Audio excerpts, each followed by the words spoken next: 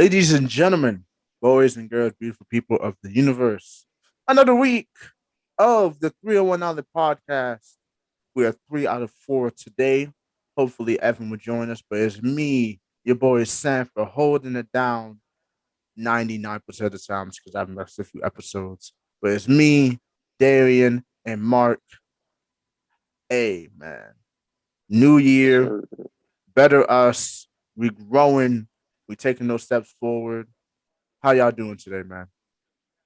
I'm doing good, but feeling, yeah, my teams, took L's 3 days in a row. So, kind of this way kind of rough, Listen, you're not the only one, but Yeah, yeah, I got to My bounce back. Ravens didn't even make it to the wild card, man. We even make it, so hey, Man, you're doing better disappointed than in y'all, us. man. Hey, man, but it's like, I mean, I'm kind of proud. I'm still proud of the Eagles because no one saw us even going, like, even this far into the season, like, even making the playoffs in the first place. Like, no one even saw us getting 7 wins, really. But look at us, making a wild card. And we just got like beat up. Our defense didn't even show up at all. The Bucks. I wasn't expecting us to beat a Super Bowl depending like Bucks team, but it's like they weren't even playing that good, and we had opportunities to really capitalize. When their mistakes on offense and their slow pace offense, and our defense just wasn't even like stepping up when it needed to. Just like Brady just like bombed, like throw these bombs. It's like Brady was doing these little chunk plays here and there. Then out of nowhere, Brady would just do like a big like a big play to Mike Evans or like a Gronk. I'm just like, what in the world? It's like, come on, we're just giving up the big plays, making it too easy. So it's just like Jonathan Gannon, like he just didn't was prepared for Brady at all, and he just like literally it was like a scrimmage game for him.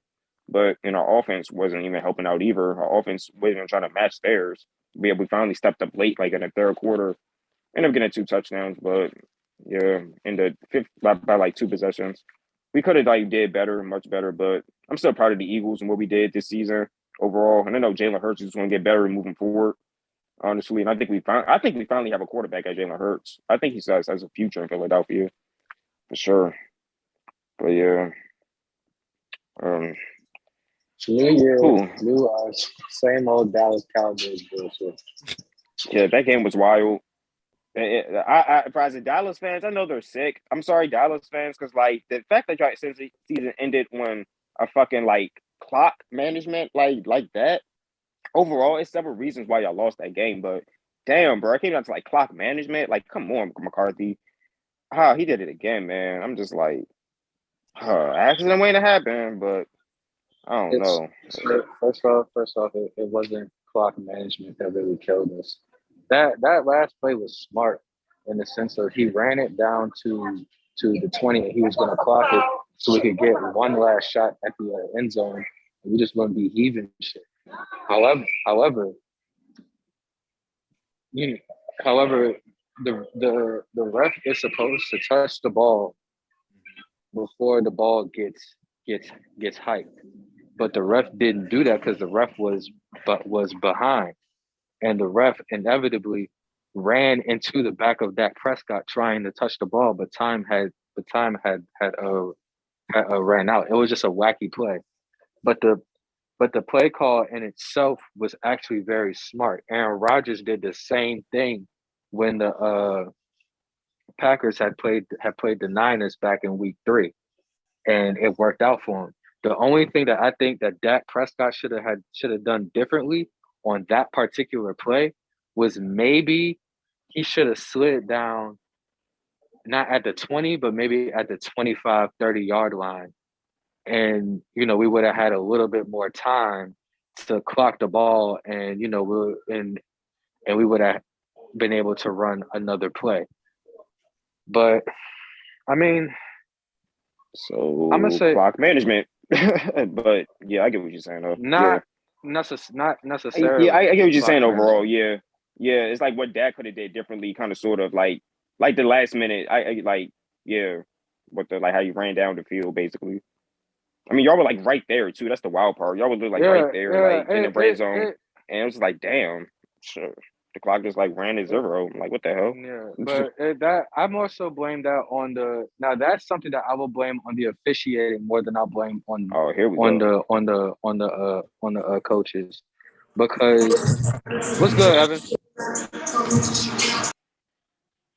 Oh, dang, I done muted myself on accident. What's good with y'all?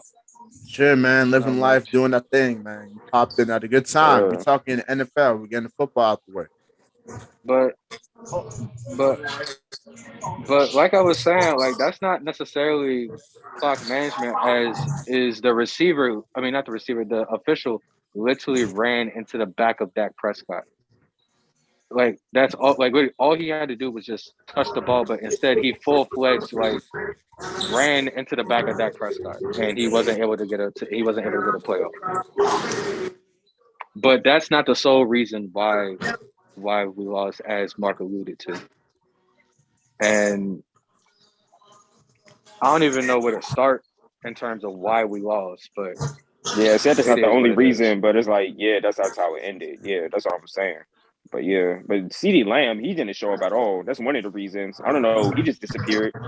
Like one reception for 21 yards. That's just not like you're supposed to be the star receiver. I don't know what happened with that with him. But The thing is, I hey mean, Evan, can you mute yourself real quick? oh, all right. yeah, try to The maybe go like thing, in a quieter place if you could, if you can at least. But yeah, go ahead. but the thing about see, if you look at Debo and you look at Devontae, and I said, and I think I said this last week or a couple weeks ago, when you look at how other teams are utilizing their star receivers, they're setting up ways for them to get the ball. However, Troy Aikman had said something about both the Philly and the Dallas game that actually kind of makes sense. So usually, teams will try and take away your best receivers. Like maybe they'll double them. They'll play, more physical coverage on them. Try and do whatever they can to get him out of the offense to where you have to go and use your 2, 3, and 4 receivers and your tight ends. So when you look at the what is it, the Eagles Tampa game, and Troy Aikman had pointed it out. Devontae Smith, who was the Eagles' best receiver, was basically left in one-on-one coverage. And when you have a number one receiver versus a corner one-on-one, bro, you need to be going to that every single time. Preach, And what preach. and what Troy Aikman was saying is, if if this was back in his day, Michael Irvin would have had at least 10 catches before halftime. He said the Preach. same thing and he said the same Simplify the thing offense.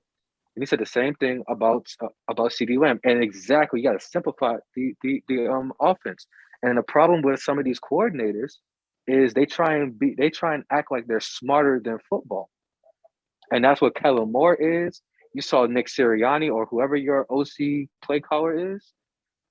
They thought that they were smarter than football. You saw Brandon Staley do it at the end of the Raiders Chargers game, as he has done multiple times throughout the season, where he thinks he's smarter than football and he's going to just go against the grain and it's going to work and they're going to win and they're going to be successful, when ultimately all it did was get you knocked out the playoffs.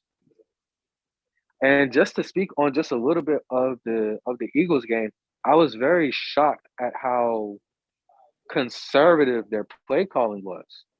I was really shocked because all they were doing was like running the ball for like 3 yards, which everybody knows you cannot run on this Tampa defense. And then they're throwing little check downs and deacon dunks. And I'm like, yo, that's not what got you here. Like, Yep, Nick like Sirianni just you overthinking it. Yep. like you have speedy receivers on both ends in Devontae Smith and Quez Watkins.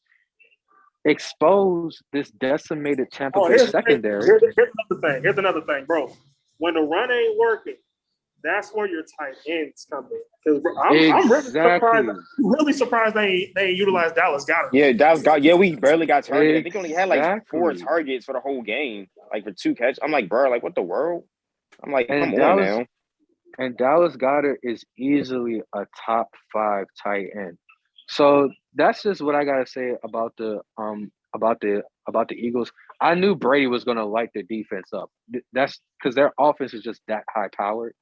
I knew that they was going to light their defense up. Yeah, Mike Evans Brady went off. and Yeah, I knew that. Yeah, I was like, no yeah, Godwin, no AB. I was like, you still got Mike Evans, like as good as he is. Like, come on, yeah. and then we already know you know Brady knows how to work with no name receivers.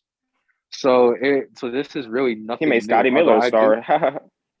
yeah, exactly. And I do find it funny how he went to Tampa because they had such great talent at receiver. And when you really look at it, he is back in the same situation that he was in New England, you know. But the thing with the Dallas game is, and I kind of want to talk about it on three different fronts. One from the game, like from like an actual game, perspective, then coaching, and then just the common denominator through all of just our pain. So the first thing with the game is, everyone said that we were going to get dominated by San Fran, which really what Dallas did is we did what we always do against good teams, and that's we start off slow. The only game against a good team where we didn't start off slow was week 1 against Tampa. That's the only time. And when you start off slow, Dallas isn't built to play from behind. We're not a comeback team. We're built to be front runners. And so that's just the first part, is that we just started off slow. Not Tampa, San Fran got the ball first, and they punched us in the mouth. And you know how when you play in the game and you give someone a real good sucker punch, and then they just sitting there and they just dancing and they all woozy and they got the stars floating around their head, and it takes a minute for you to really recalibrate and actually get going so you can fight back. That's basically what Dallas was going on with Dallas, and we eventually got it going. Our problem is penalties, stupid penalties, not not like the occasional like pass interference and holding and face mask. Well, there was face mask, there was holding, but a lot of it is false starts, lining up in the neutral zone, jumping off sides, roughing roughing roughing the passer. Like it's little ticky tack penalties. And the worst part, and the worst time to really commit those penalties is on third down, when you've made a stop on third down. So you're extending the drive, which gives them more momentum. And I will admit, the San Francisco 49ers ran down the Dallas Cowboys throat. That happened. And even still, we had a chance to win. Like, it's kind of sad in the sense that, like, even in the games against Arizona, the games against Vegas, the games against Kansas City, hell, even the game against Tampa, we shot ourselves in the foot, and that's our problem. Is just the ticky tack penalties. And the Cowboy haters, and not even just the Cowboy haters, even the Cowboys fans was saying that penalties, Greg Zerline missing extra points, and us starting slow is what's going to get us knocked out of the playoffs. And Greg Zerline made all of his kicks, but we started off slow, got off to a very slow start, and we kept committing stupid penalties. And the thing with penalties is, although you can blame the players for some of those penalties, for all of them, some of that blame has to go onto the coaches, because if you're poorly disciplined, you have to ask the question, why are you so poorly disciplined? And that goes to the coaching staff. And it's just like, what are you what are you doing? Do you ever go over this stuff? And my dad brought up something that was really, that kind of tied into, everything that happened with Dallas.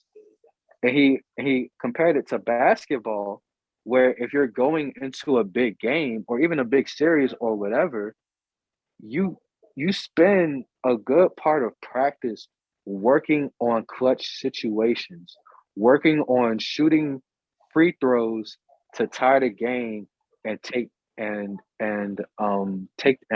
lead, working on plays, you, out of bounds after timeout plays where you got plays for when you're at half court, full court, or when you're doing a side out, with a certain amount of time left. And so you do that because you're trying to get your team mentally prepared to. You're trying Hey, to sorry get. to cut you off, but like I gotta Go head ahead. out real quick. I'll be back at halftime. All right, bet that. I gotta. So you got to get your team mentally prepared for these clutch situations in these big games. You have to get your team mentally prepared for this big moment. And as I put on Twitter,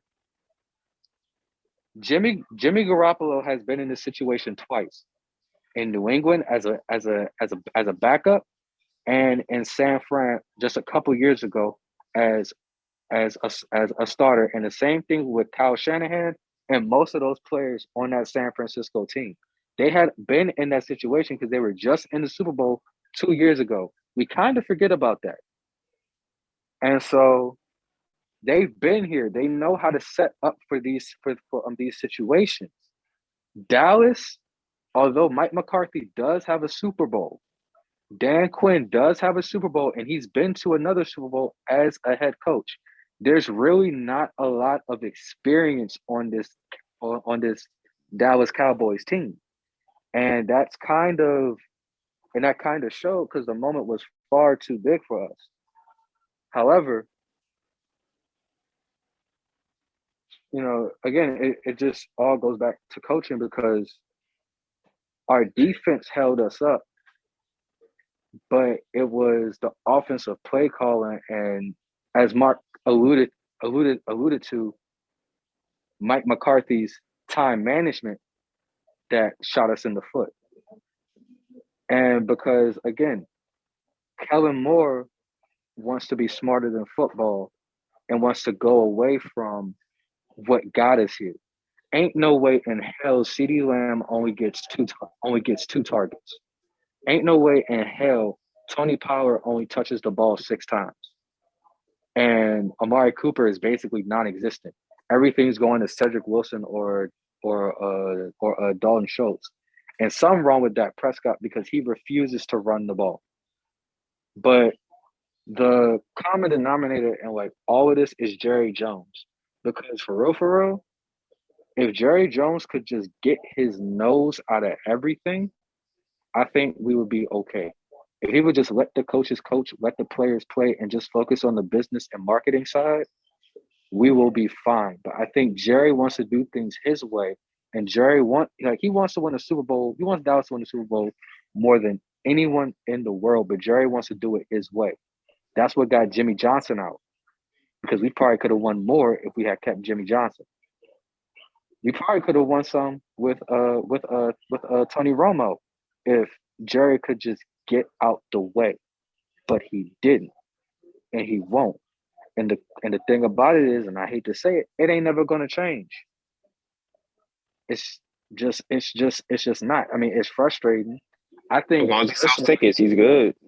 yeah. I mean, I think personally, I think we'll be like. I mean, of course, we're going to be good. Dallas will always have a good product, but I think the problem is Jerry tries to put his fingers all like he wants to sit here and say, yes, I won that championship. I won that Super Bowl. And the thing is, Jerry ain't Pride getting no thing. younger. Yeah. Jerry's like 115 years old. So, you know, he knows that he's on his last days and that, he's trying to win one before, before God calls him home. but he needs to take a step back. And the thing is, he's not gonna do that. You know what's so And funny? Sorry to cut you off there. You know who this man Jerry Jones remind me of, bro? He's like the football. He's the NFL version of Vince McMahon, bro. And it's I fucking knew you was gonna hilarious, say that, and bro. we talked about this before, bro. They probably like I was like, bro. Remember, it's like they probably like best friends, bro. He Mhm. reminds me of they like Vince probably McMahon. are. They Yeah, probably are, bro. I bro. wouldn't even be surprised, bro. Like they literally act almost exactly the same. That's why as soon as Damn near the I same was amount just of money. listening, I'm like, bro, what the heck, man? I'm like, bro, this nigga I Jerry mean, Jones I even. mean, I mean, when you really think about it, like both of their primes were at the same time because the Dallas Cowboys heyday in the mid 1990s was kind of when the WWE really became the Attitude era, WWE. Hmm. attitude era. The Yeah, '90s man, had you're all the not legends lying. uprising. Literally saw Triple H, Edge, like The Rock, the craziest storylines ever. The Undertaker, like shoot, headline of WrestleManias, like winning championships. It WWE was at a good point. It was on the rise. Yep, around that same time. The '90s was really a popping era, man. I'm like, I wish I could I was alive more during that time though. But yeah, people Yeah, who was born in the early '90s, that was a really lit time for like culture Man, wise, that is a sports in topic general. for another day. We definitely should do like a podcast. We kind of I just like deep how it dive in the dreads into the '90s. early 2000s though. It did definitely for sure. Yeah, It yeah, for definitely sure. dreads into Like, the but 2000s. and before you go there, I'm gonna just say this one point: the 2000s is Mm, actually one of the most fascinating decades because really, there's two halves of the decade that are completely different. Because the yeah, first half of the 2000s really was like a '90s part two, and then once you got to good like point. 04, 05, like the 2000s starting to have its own identity. You know that we basically ended up what we grew up with and what we also saw in the early 2010s as well. So that's something that we could dive into in another episode. I'm definitely down for that. That's very fascinating. But yeah, that should actually that's actually a good topic for a round table. Is that like saying like for next month's round table February. Let's do it. we can 90s, we can do Say not even less. just 90s, just like culture in general since it's Black History Month. bro. We are all Good hitting one. light bulbs in the head. But February, Good one. Black History Roundtable. Y'all heard it. We live with it. Culture. Culture. We Hmm. live with it. So You heard it here first. yeah, man, you heard it here first. If you watch this episode, you know what's coming next. But I have to let me But write that down. But yeah, go ahead, bro. but I just want to say one more thing about the Cowboys, and I'm done talking about them for the rest of this podcast, at least for now. But oh, actually no, two more things. Because number one, I do want to shout out Chris, Thomas, Ari, Fiji Reggie, Island. Thomas, Check them Fiji out. Island, Check them out. bro.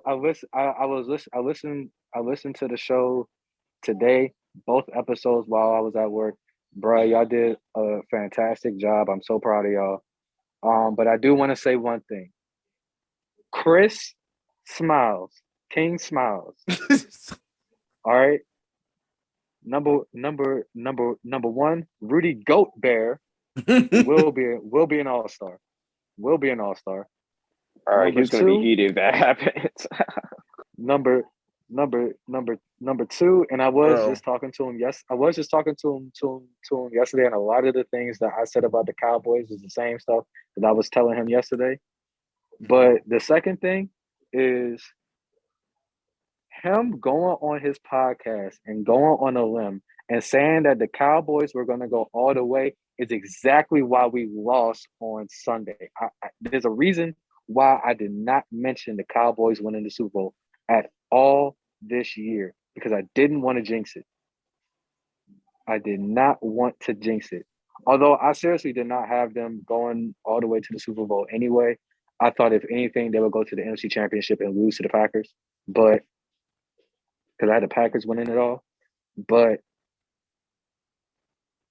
just my I mean, last point yeah, Jerry about Jones my did say Super but Bowl bust though, but that was kind of like yeah, jinxed it too. Yeah, I mean, but that's been the standard even back in the '90s with Michael Irvin and Troy Aikman and Emmitt you're Smith right. It shot and like and a um God-filled and roster. Yeah, your roster was OC. yeah. Yeah. But just my last serious point about the Cowboys. People are calling for Mike McCarthy and Kellen Moore's job. Kellen Moore can go for real, because again, Kellen Moore is one of those coaches, one of those OCs that thinks that they're smarter than that thinks that they're smarter than football. We need somebody who number one is not Dak Prescott's friend. Kellen Moore is Dak's friend because when Dak first got onto like when Dak was drafted, Kellen Moore was the third string quarterback. Actually, no, Kellen Moore was Tony Romo's backup.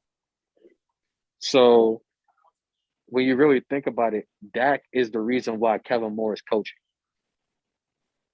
So Yeah, he's still pretty you young. so That's the funny thing. Yeah. so you kind of have to so Kellen Moore can go.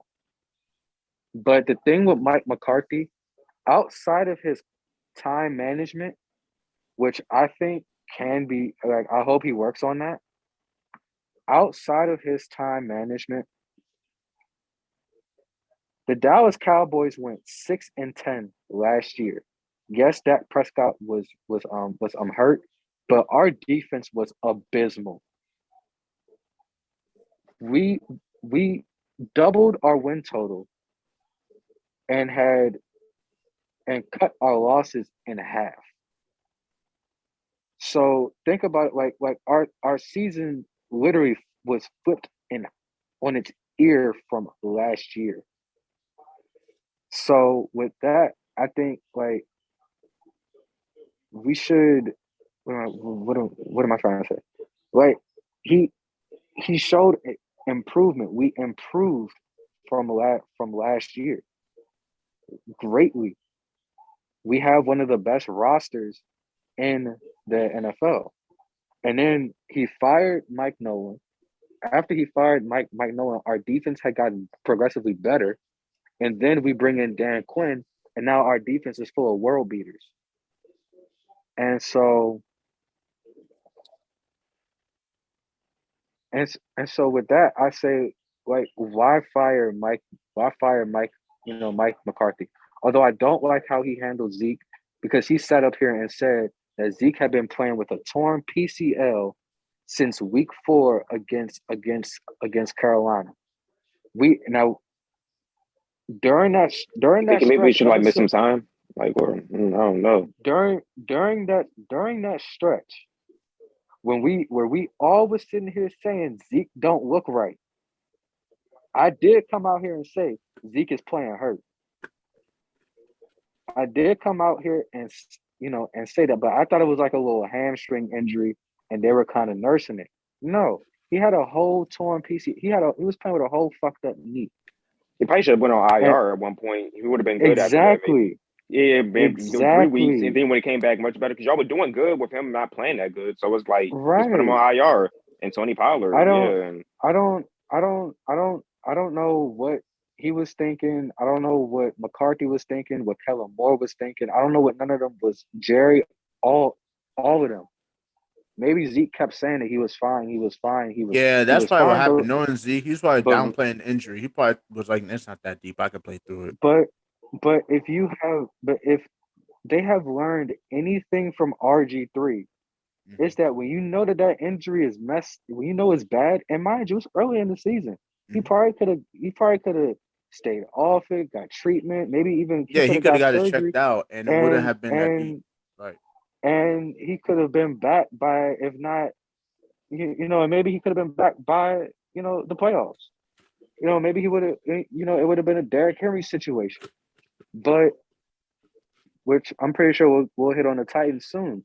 I'm sorry I didn't want to go this long talking about the Cowboys, but Uh-uh. I just want to get this off. But Tony Pollard is not Tony Tony Pollard is kind of what we need, but it is what it is. Hopefully Zeke gets right. We have a lot of key free agents. I think we need to, like Jaron Curse, Dalton Schultz, Gallup, Randy Gregory, our punter Brian Anger, who's low key been one of our best players. But I think we're gonna be all right moving forward. But I think the main thing is like the common denominator is Jerry Jones through all of this, through through Tony Romo, through all of this, throughout all the years, it's been Jerry Jones. And I think he just needs to take a step back and let Mike cook.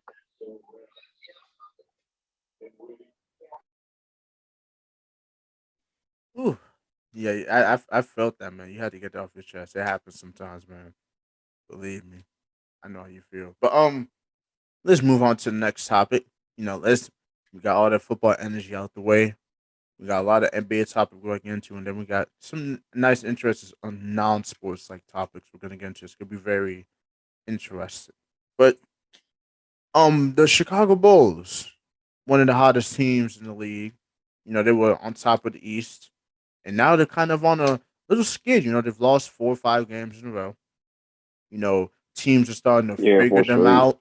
Even they're not playing the best defense. So, what is you guys' opinions on the Bulls' struggles? What do you guys think has been kind of the thing that teams are starting to figure out? And do you guys see them kind of recovering from this and still staying on top of the East? Maybe not the first seed or the second seed, but staying in that upper four, having home court advantage in the playoffs. I think they'll stay in the top four. I mean, Zach Levine has, he got hurt. I know Lonzo's coming back. I think they had a couple other people coming back too. If I stand corrected, I don't know for sure. I think so, but I'm not too So certain though. I mean, they because they took a beating to Brooklyn. They lost to Brooklyn. Then then they got whooped. They got whooped on against Golden State. So I mean, their confidence is probably shot. Just a little bit. But I think I think they'll be okay. It's a 82 game season. Every team is gonna have stretches like this to where they struggle. The thing about it is, yes, you're gonna struggle, but they have to find a way to get out of there because Zach Levine is going to be reevaluated in like the next week or two. Mhm. So they're going to go. So it's going to be a few games where it's just DeMar DeRozan. So guys like Lonzo Ball and Nikola Vucevic are going to have to step up with Zach Levine being out. I think they'll be okay.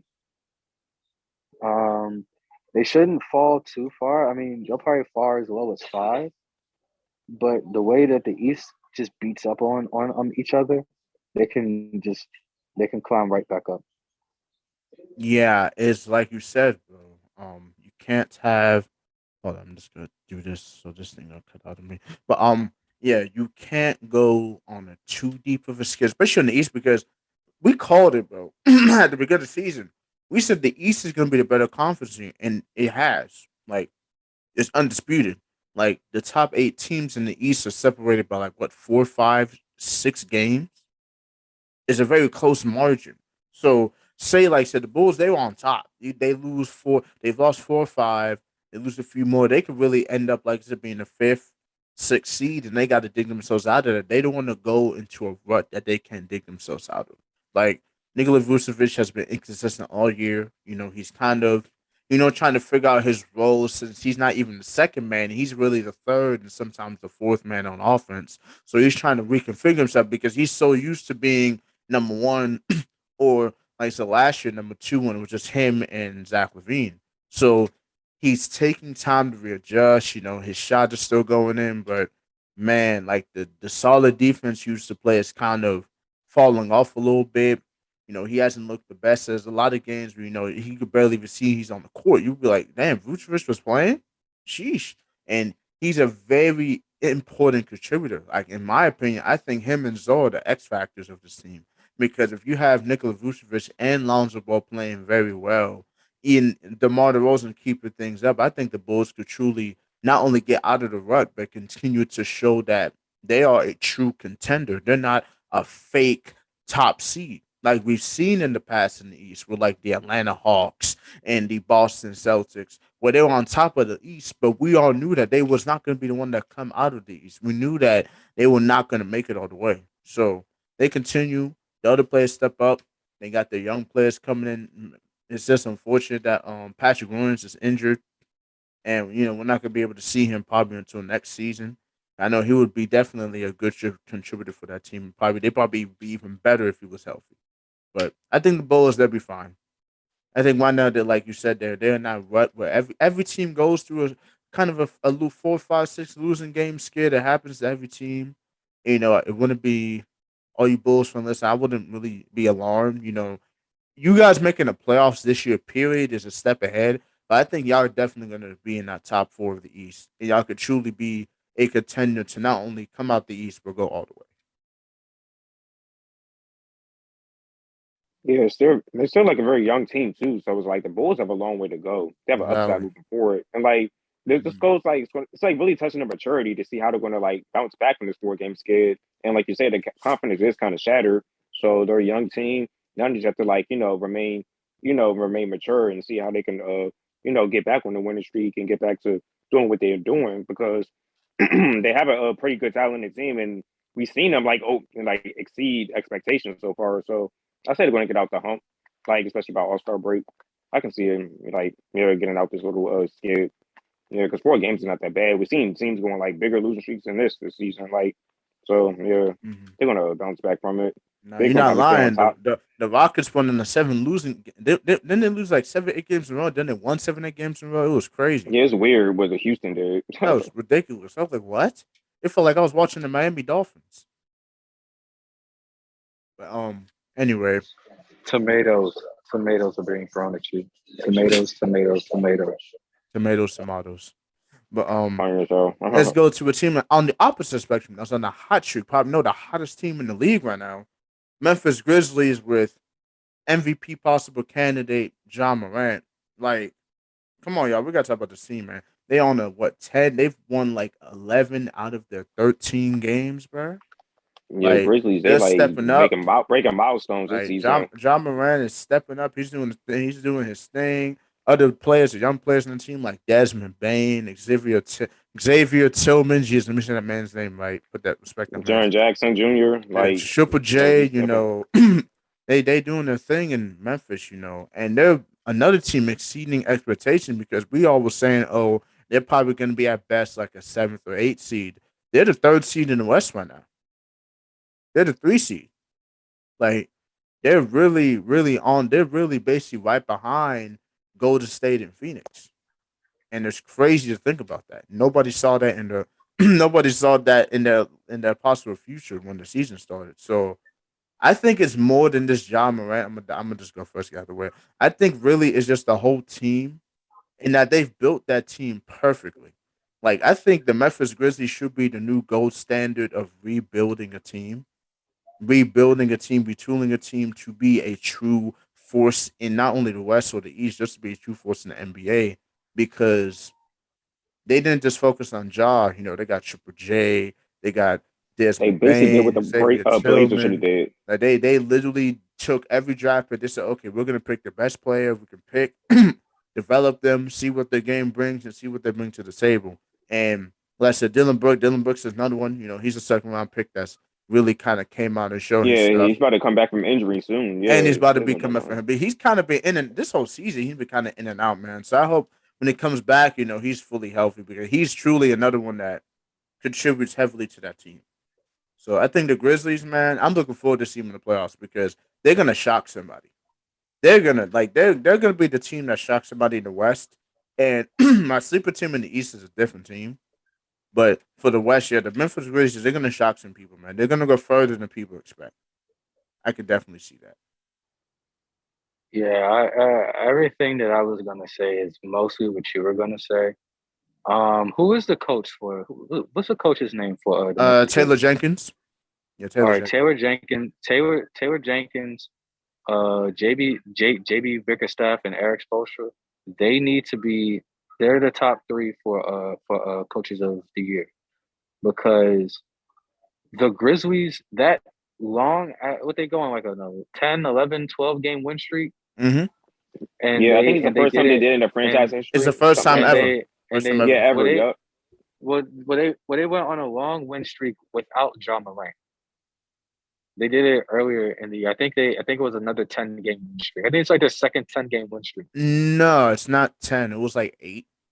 But I know what you're talking Oh about. well, It was yeah, close, but yeah, it was yeah. because I Yeah, remember John the Moran was injured. Yeah, yeah, it 'cause I was remember the impressive because he announcer was been playing. particularly said, John Murray came back. It was like a few games ago. He said this is the first time in Memphis because of history they won a 10 game winning streak. So the one early in the season was like 8-7 or 8 or something like that. But yeah, they've been killing it, and I love to see it. Like we said, and we said this last year. We said, man, there's a lot of young studs that's up and coming and waiting in the wings to just take over. Like the NBA is in good hands, and I love it. Like there's so much young, good, beautiful talent in the league that it's like the competition is high, man. Probably higher than it's been for the past 20, 30 years. It's crazy, man. Like it's not They should tight. have a sleeper team in the East too. Like, who's your sleeper team in the East? What the heck? Who did I say? I said it like a few weeks ago. I just forgot. Um, because we're not going to talk about no names, but I was not about to get into no debate. Just no, no, bro. Not about to happen. But Oh, I know what you're talking you know about. what I'm talking about. I'm not doing it, bro. But who did I say? Because I know the top is Heat, Bucks, Bulls, and no, I didn't say DC. Even though we're a team that people did sleep on. Like people tell we didn't make we're not gonna make the playoffs. We're like the fifth seed right now. Who did I say? I said somebody. It'll come back to me. It'll come back to me. I just gotta think about it. But on to the next one. NBA players that we need to pay more attention to. So, who is your sleeper pick NBA player that most people don't talk about that should deserve more attention? And Fernie Simons. That man has been killing with Damian. I was about to call Damian Lillard Dwayne Wade, but they have been killing. He has been killing in Portland I with I say you got to Damian and pay CJ attention. out. I say you got to pay attention to Lauren Markkinen in Cleveland. I believe Laurie Markkinen. He's actually a pretty good like big man in the NBA. Like I remember he was on the Bulls and the Bulls traded him, but Laurie Markkinen, bro, he's pretty good. He's a good like one of those good like European players for sure. Like I say he deserves more recognition. At least to get more paid attention to a little bit more. He's still young, and I see an upside with him. Before you go, Sanford, Mm-hmm. remember when I think I talked to you about this? I don't know if I did or if I didn't. But cause I remember I was watching NBA today and they were talking about them signing Laurie Markkinen in the off season. And they kind of said the same thing that like I was thinking in terms of like when it happened, I was like, yo, what is Cleveland doing? And I think we talked about it. I don't know if we did. That's who the But team I picked. The sleeper. Sorry, I picked the Cleveland Cleveland. Cavaliers as a sleeper team. That Ironic was they play the the Bulls suit and are playing yeah. each other too, That bro. was That's the the sleeper irony. team. I It's was all like, coming yo, together, bro. yeah. I And they was like, play yo, my tonight. bad to Yup. cut you off there. You literally just triggered my head because I was like, hold up, it's all what good. is the team? I was like, but I'm forgetting a team. Yeah, it's the Cleveland. I'm thinking Cleveland's gonna be the team in the East, bro. They're gonna knock somebody out, and we're all gonna be like, oh shit, we're gonna be shocked. Like I'm telling you, it's gonna happen. I will bet money on that. Like, listen, they're gonna knock somebody out that everyone's like, oh, okay. Like that's gonna happen, bro. It's gonna happen. Once let them get fully healthy, bro. And they might do it. They're definitely probably gonna do a deadline deal. So maybe we might see Buddy Hield go to Cleveland. But I I don't don't know. know. Hey, I don't know. Back to Laurie real quick. So when they signed Laurie in the off season, like I was just sitting there like, yo, Cleveland's just phoning it. Like they're just signing anybody. Like they don't at this point they don't even care. But what they did is they're running a lineup with what would have been Colin Sexton, Darius Garland, Laurie Markkinen at the 3, Kevin Love at the 4, and Jared Allen at the 5, or Colin Sexton, Garland, Markkinen, Evan Mobley at the 4, and then Jared Allen at the 5, Mm-hmm. which is kind of scary because like you want to talk about how back then when the Lakers could switch everything, the Cavs can basically switch everything because they have so much damn length. And then, Laurie and in Yep. Chicago, he used to get bullied because he's running the 4-5, and that man probably about $150 soaking wet. So it's just like he's playing the 3 where he's not gonna have to go down low and get bullied by guys like Anthony Davis, Joel Embiid, and Giannis Antetokounmpo. You know, like he can play out on the perimeter now. He's out on the perimeter more. I mean, no, he's not the best defender, but offensively, yeah, offensively, it makes sense. Like that, and that's why JB needs all the credit in the world because it makes sense. Or is he made it make sense? Not for real. Like we all said that lineup was crazy, and now they even have a crazy one because now Kevin loves the 6 man. Like Kevin loves the 6 man getting like 15 points off the bench. I'm like, Cleveland, they got something interesting going on over there, man. Like Yeah, they gonna they shock have somebody. 27 wins. Yeah, they're Mm-hmm. doing pretty good so far. I'm just like they're keeping it like they're consistent too. It's not like it's like a little streak they went on just like Mm-hmm. in the beginning of the season, then it just fall off. Like they're keeping this into the new year, and so we're gonna see how they do up the All Star break. They keep like this up the All Star break. They really gotta like keep Cleveland in the conversation, like for sure. Yes, sir. And my player that I'm picking, Jalen fucking Brunson. Jalen fucking Gotta get people Brunson, hip to him. bro. He's nice. Local DM, he's a DMV boy. Really? Is he? I Wait, no, wasn't never mind. hip. He from. Wait, no. I'm thinking about Josh Hart. I'm That's what I sorry. said. He's talking about Hart. I was like, what the heck? That's. Oh yeah, Josh Hart. Yeah, he's from That's what I said. PG. Yeah, Yeah, no, he's from Mocha. Josh Hart from Mocha. oh, He's from like what? I didn't even know That's the that. Rockville. One of those places. Oh, getting all mixed up. Silver Spring. Shit. Silver Spring. He's from Silver Spring. He's from Silver Spring. Yeah. No, we gotta edit that out. Yeah, Shit. he said that. He said, bro, edit it out. But Jalen fucking Brunson, bro. Jalen Brunson is nasty, bro. Low key nasty, bro. He's on my fantasy team for a reason. That's all I'm gonna say. I know I said that just to piss you off. I'm still mad your ass picked Kyrie as soon as he signed. As soon as he said he's coming Bro, back. bro, You was on it. bro. The moment that we said it in the chat, I said, bro, I'm getting him before one of you ugly, greasy motherfuckers pick that nigga up, bro. Because I knew it. I was like, bro, if I don't get him now, you or Smiles or Thomas, one of y'all gonna get him. And I would have been the one angry. So that's me being quick thinking right there. I actually thought Nova took him, and then I saw you took him. I said, you know what? But this man messaged me said, "You a fucking bitch." I was dying laughing. I was like, bro, hey man, don't hate the player, hate the game, bro. I was on it, bro. I was like, yo, because there's 3 people that's been out that I know the moment they get healthy, one of us is snagging him. It's Kyrie, it's Ben Simmons, and it's Zion. The moment that Ben Simmons and Zion are actually playing, one of us is gonna snag him. Oh yeah, I'm waiting on Zion. I'm not even gonna hold you, bro. I don't even care because I'm so ahead of everybody that it doesn't even make sense. I'm like 8-2. Like, Oh I'm, look at yeah, get a load of this guy. Hey I, Mark, get a load of this guy. This guy stinks.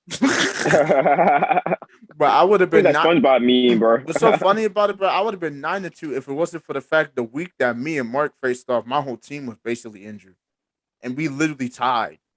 I was like, what the Oh fuck? yeah, so yeah, I was like, dang, times I was gonna go auto draft teams or something Bro, like like that. Yeah, that's a bitch what I literally, joke about my team. like I couldn't deleting the I app. couldn't even fix my lineup because literally And like I basically, had y'all going against me should be like a bonus week for y'all. Honestly, that's how it be. That's how I set it up for y'all. Should be like a like bonus shit. week for y'all. Like Should be an shit. Nah, automatic win. your team almost fucked around and beat mine. I'm not even gonna hold you. I think I took Joel Embiid out the lineup too when he got hurt, and I never put him back. And I was like, fuck it. Bro. So it's just like I just left it how it is. Like literally when I tell you when I faced Mark, bro, that week I had like 5 healthy players. I'm not kidding you, bro. Like 5 people, bro. Like everyone else was injured. Like I couldn't even enter the lineup because I had so many people that was day to day or they were out. I'm like, bro, what the fuck is this? I just that week I just didn't check it. I literally check it Monday night. I'm like, oh, who we tied, bro? I was like, oh, who we And tied? tying in fantasy is so weird. It's like, what are the odds? It's like, what the Right. Like, hell? what are the actual odds of us getting the exact same score? Like, that is crazy. Yeah, in fantasy, yeah, that's like Yeah, really weird. I would be more mad about tying than It I would happens in losing. NFL. Right, bro. Yeah, Like, but I no, it actually happens in would. NFL. It happened to me one time when last year in NFL fantasy. I'm like, what the fuck? How did I even get tied to this person? Like, what? Like, how? How sway? It didn't cost me the playoffs. I'm just like, still, bro. That was like so stupid. Like, yeah, it's an ugly blemish in your record. Right. Like, it just makes my record look so stupid. It's like 8-2-1. I'm like, bro, I would have just took the loss, if anything. Because, like I said, I have an actual shoes. My whole team was banged up. Like literally, the only like when I started that week, I probably went through so many different players that it doesn't even make sense, bro. Like I had to get rid of CJ because he was injured, and I literally had no one. I had to replace him. I'm like, bro, there's two. Everybody else has a greasy ass two guard. I'm not about to be over here with a broken back CJ McCollum. No, we're not doing this, And bro. y'all make me want to re-download the app now. That's funny though, bro. Honestly, Like a bro, tie in if fantasy. anything, it's almost too late because I think it's like let me check this right now because we're almost at the playoffs point. Did the Oh, playoff never point is in mind then. March? Is in Oh, never March. mind. Pretty Yeah, I sure. might as well just like, Almost yeah, pretty sure. Let use me me as check a this. bonus week. Let me check this right now because right now I think I'm facing Nova. Wait, like so, like, what's the who's like you're leading? Like, who's like the second person Let behind me let y'all? me It's let like me you, Smiles, let me Evan. Who check else? this right. I'm about to check this right. So basically, 'Cause I think Evan said he forgot to check too. I'm the At one with one the point. best record. I have 8-2, and then the two is basically number two is tied between Thomas and Reggie, and then Ari and Darian have the same exact record. Then Jamon and Evan have the same exact record. No, Jamon, Evan, and Smiles have the same record. So they're out the playoffs. So the playoffs started basically. They're like Like, in a yeah, constellation. basically, if the playoffs started right now, I would be the 1 seed, and basically the 2 through the 6 would be like almost a tie. It's ridiculous. That's crazy, bro. Right, right. And the only reason I even lost 2 games is because at the beginning of the fantasy league, there's a preseason. I didn't even know there was a preseason until I checked. Yeah, there's an Does that count actual for your preseason. record? Yeah, it That's counts for your weird. record. It's so stupid. Uh, Like literally, I checked it because the thing how I knew it was the preseason, there wasn't even should like be a like full practice, score. bro. Right, exactly. It's crazy. But like, yeah. So it's interesting. And I've not even switched my team up because not everybody on my team basically plays every game. So I just keep it in there. But like, like I have PG, which PG messed my lineup, bro. That man messed my whole lineup up, bro. When that man got injured, bro, I was heated. I was like, bro, you It's like gotta a get Yeah, wasted better. pick. And he was my I was first about pick. to. I'm pretty sure he was my first pick. It was either him or Tatum. One of those, Damn, one yup. of those, yeah. Like, and there was a point they were. That's what I'm saying, bro. The week I faced you, both of them He's were like with out, a high bro. draft pick. Yeah. Both of them were out. Tatum was out. PG was out. The DeAndre Aiden was out. Who else was out? CJ McCollum. Like my top 4 players were not playing. Fred Van Vliet was out. Like, bro, it was so irritating. I was like, bro, what the heck? Like I realized I had to go out and get new. I was like, bro, I gotta reach. I had to like sign and then release a whole bunch of people. It was crazy, man. But fantasy basketball is a headache. It's too much work, man. But we about to. That's why I deleted it. It's like, bro, you gotta check it every day. I thought fantasy football was bad, but fantasy basketball is worse. So you gotta like check it Yeah, like I every day. You didn't gotta deal with it. realize I'm like, oh hell no, I don't I don't know got time for why this I shit. didn't think that. Hold up, there's a basketball game every day, so I have to check it Yup. every day. Like football is only you get like 1 or 2. Like it depends who you pick up. You'll probably need to check like 2 or 3 days out of the week. You'll be fine. Yeah, it's like 2 or 3 Like days, yeah, Thursday, at most. Literally. Sunday, Monday. Yeah. So yeah, just check those 3 days. You'll be good. But basketball, you gotta check that literally every day like a crackhead. I don't even check mines every day. I check mines like probably 2 times a week because now all my players play every game. So I'm like, I'm just gonna check the beginning and the end. I've not been checking that joint, bro. I'll be honest with you. I've been like, okay. But anyway, back to the topics. Next one, mid-season predictions. So we're gonna talk about talk about who we think's gonna win the NBA championship, the MVP, the Rookie of the Year, and the Coach of the Year. Should be a good one. I So wish Evan was here for this one, but Coach of the Year, like I coach, said, I think it's Tyler Jenkins. I think it's JB Bickerstaff, and I think it's be a Eric couple Spoelstra. candidates. Yeah, Honestly, it could be a couple candidates. Still kind of early, but a couple. yeah. But I think those are the three because those three have been basically like some of the best coaching we've seen. Eric Spoelstra is always an A-class coach. He's always gonna be in the running for it because he always has Miami playing some really elite ball. Shout out to Smiles. He says we don't watch Miami basketball. No, I've been watching. I've been hip. Like I said, y'all got my boy Max Struss and Omir Yukshafer, Like we whatever the hell haven't his name seen is. Miami in a bubble in the NBA Finals in a bubble. What the hell? Yes, we have been watching Miami basketball. I Up, want to up, say You there. something. know, Up. Here we Smiles, he go. I likes Here to want we to say go. talk. something. Here we go. Here we go. Okay, no I want problem. to say something. Go ahead. Number number one, as I said in the chat yesterday, I'm a Lakers fan that works at Wizards games. I do not have time, nor should I really care about watching Miami Heat. I'm about to say football, Miami Heat basketball. But on a more serious tip, I personally was sitting here thinking, and yes, Chris, I've been asleep. Jimmy and Bam out ain't no reason for me to be watching my Miami and whole T. They're tied for the first spot in the Eastern Conference. Also, I want to shout out to I don't care if they say he's from NC State or South Carolina, wherever he got drafted from. That is a Georgetown boy. Omer Gert 7 went to fucking Georgetown, and now he balling out, doing all that rough rebounding shit for the Miami Heat. He wasn't doing that in Georgetown. Doing all that, he was soft in Georgetown. He was.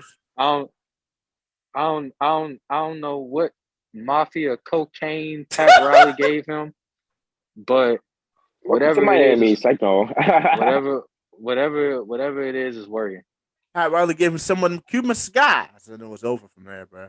Yo, He funny as lit shit. that bit up. He was like, my life has changed. Nah, I like that.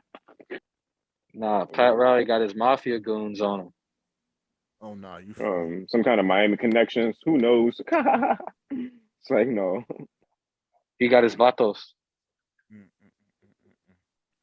Oh man. But like I said, coach, I think we're all in agreement. It's gonna be those three. One of those three should definitely win it. All right. Rookie of the year. Now this is one that's gonna be very a bit more contended because I think Evan Mobley is at the top right now. But Scotty Barnes, Franz Wagner, and Cade, they all got a case for it. I was going to say Kate Cunningham actually. Besides, because I knew a lot of y'all were going to say Evan Mobley, but I was going to say Kate Cunningham. He could be in the conversation. Don't Mm. sleep on him because he Yeah, came in when he got healthy. He came in dominating when he got healthy, yeah. bro. Like I Like think literally, the bro. injury He has a hurt him. future. The injury hurt him because he came in, he wasn't fully healthy. Took him a while to get back into health and then get back into the game shape and everything. Because when you're the worst thing you could be is a rookie coming into the NBA and you're injured. That's literally like that's a catch-22. That's like a double entendre right there. Like because you already have to learn the That's happened to game Blake Griffin, and try but to he never adjust. got I to mean, play for a mind you, he season. missed the Yeah. whole year. So when you miss the whole year, he's training. That year he's injured. He was definitely training. It's just like Ben Simmons. Ben Simmons, his first year, he was injured. He probably rehabbed and then he was training with the team. So that he basically already kind of had a frame of what his game's gonna be. That's a little bit different. But like imagine you come into the league, you're injured for like the first, like month or so of your NBA career. You're trying to adjust, you're trying to learn the game as a point guard. That is the most contended position in the league because now basically every team has a Like the nucleus of the ridiculous offense. good point Yeah. guard, and now we're in the golden age of point guards. Like you have to be of a certain level to even be respectable in the league as a PG. You This is gotta a be. guard-driven league, like it really is. Yep. Right. Like it's all about the guards and the forwards now. So it's like, yeah, like Kate Cunningham came in. He wasn't fully healthy. He had to learn the game. So that really hurt him. I'm pretty sure if he came in healthy, he'd be right next to Evan Mobley. It'll be one or two. But Evan Mobley ran, but the Scotty Barnes true, he's been doing his thing. Scotty Barnes shocked a lot of people because I remember when Toronto drafted him, people were like, why? People were like, why did you do it? And I was thinking, man, I never doubted this man. This man, whoever the Raptors, I'm always mess up his name, but I never doubted that man because he knows how to draft, he knows how to develop, and he's smart. And we're seeing right now, Scotty Barnes, I can honestly say he has Kawhi Leonard potential. And I know a lot of people are like, oh my God, we're doing this comparison again. But if you watch his game, man, he plays very, very similar to a young Kawhi. So he really got potential to be one of the better two-way wings. And plus, he's playing with OG and Anunoby, who's already one of the best two-way wings in the game. And that's another player people got to watch out for. OG Anunoby is a bucket. OG Anunoby is a great player to watch, for sure. The OG. Sir. But my pick, I would, like I said, if it's not Evan Mobley, I'm just going to go on the wild one and say Franz Wagner. Franz Wagner been killing it in Orlando. That whole Orlando team is just fun to watch, if I'm going to be honest with you. They got Cole Anthony, who's a fucking coon, and I love it. He's a coon. This man should have his own reality TV show. He should have his own podcast. It'd be hilarious. Like Cole Anthony, you got, like I said, Marco Fultz is coming back. They got Jonathan. Like that Orlando team is just fun. I'm glad they decided to just go full rebuild. I was gonna say refund. Oh my god! But I'm glad they went full rebuild because now, you know, they get to see which young players they're gonna keep, which young players they're gonna get rid of, which one they're gonna build around. And I could see Orlando in a few years, really coming up and really shocking some people, man. I could see it. I'm looking forward to it.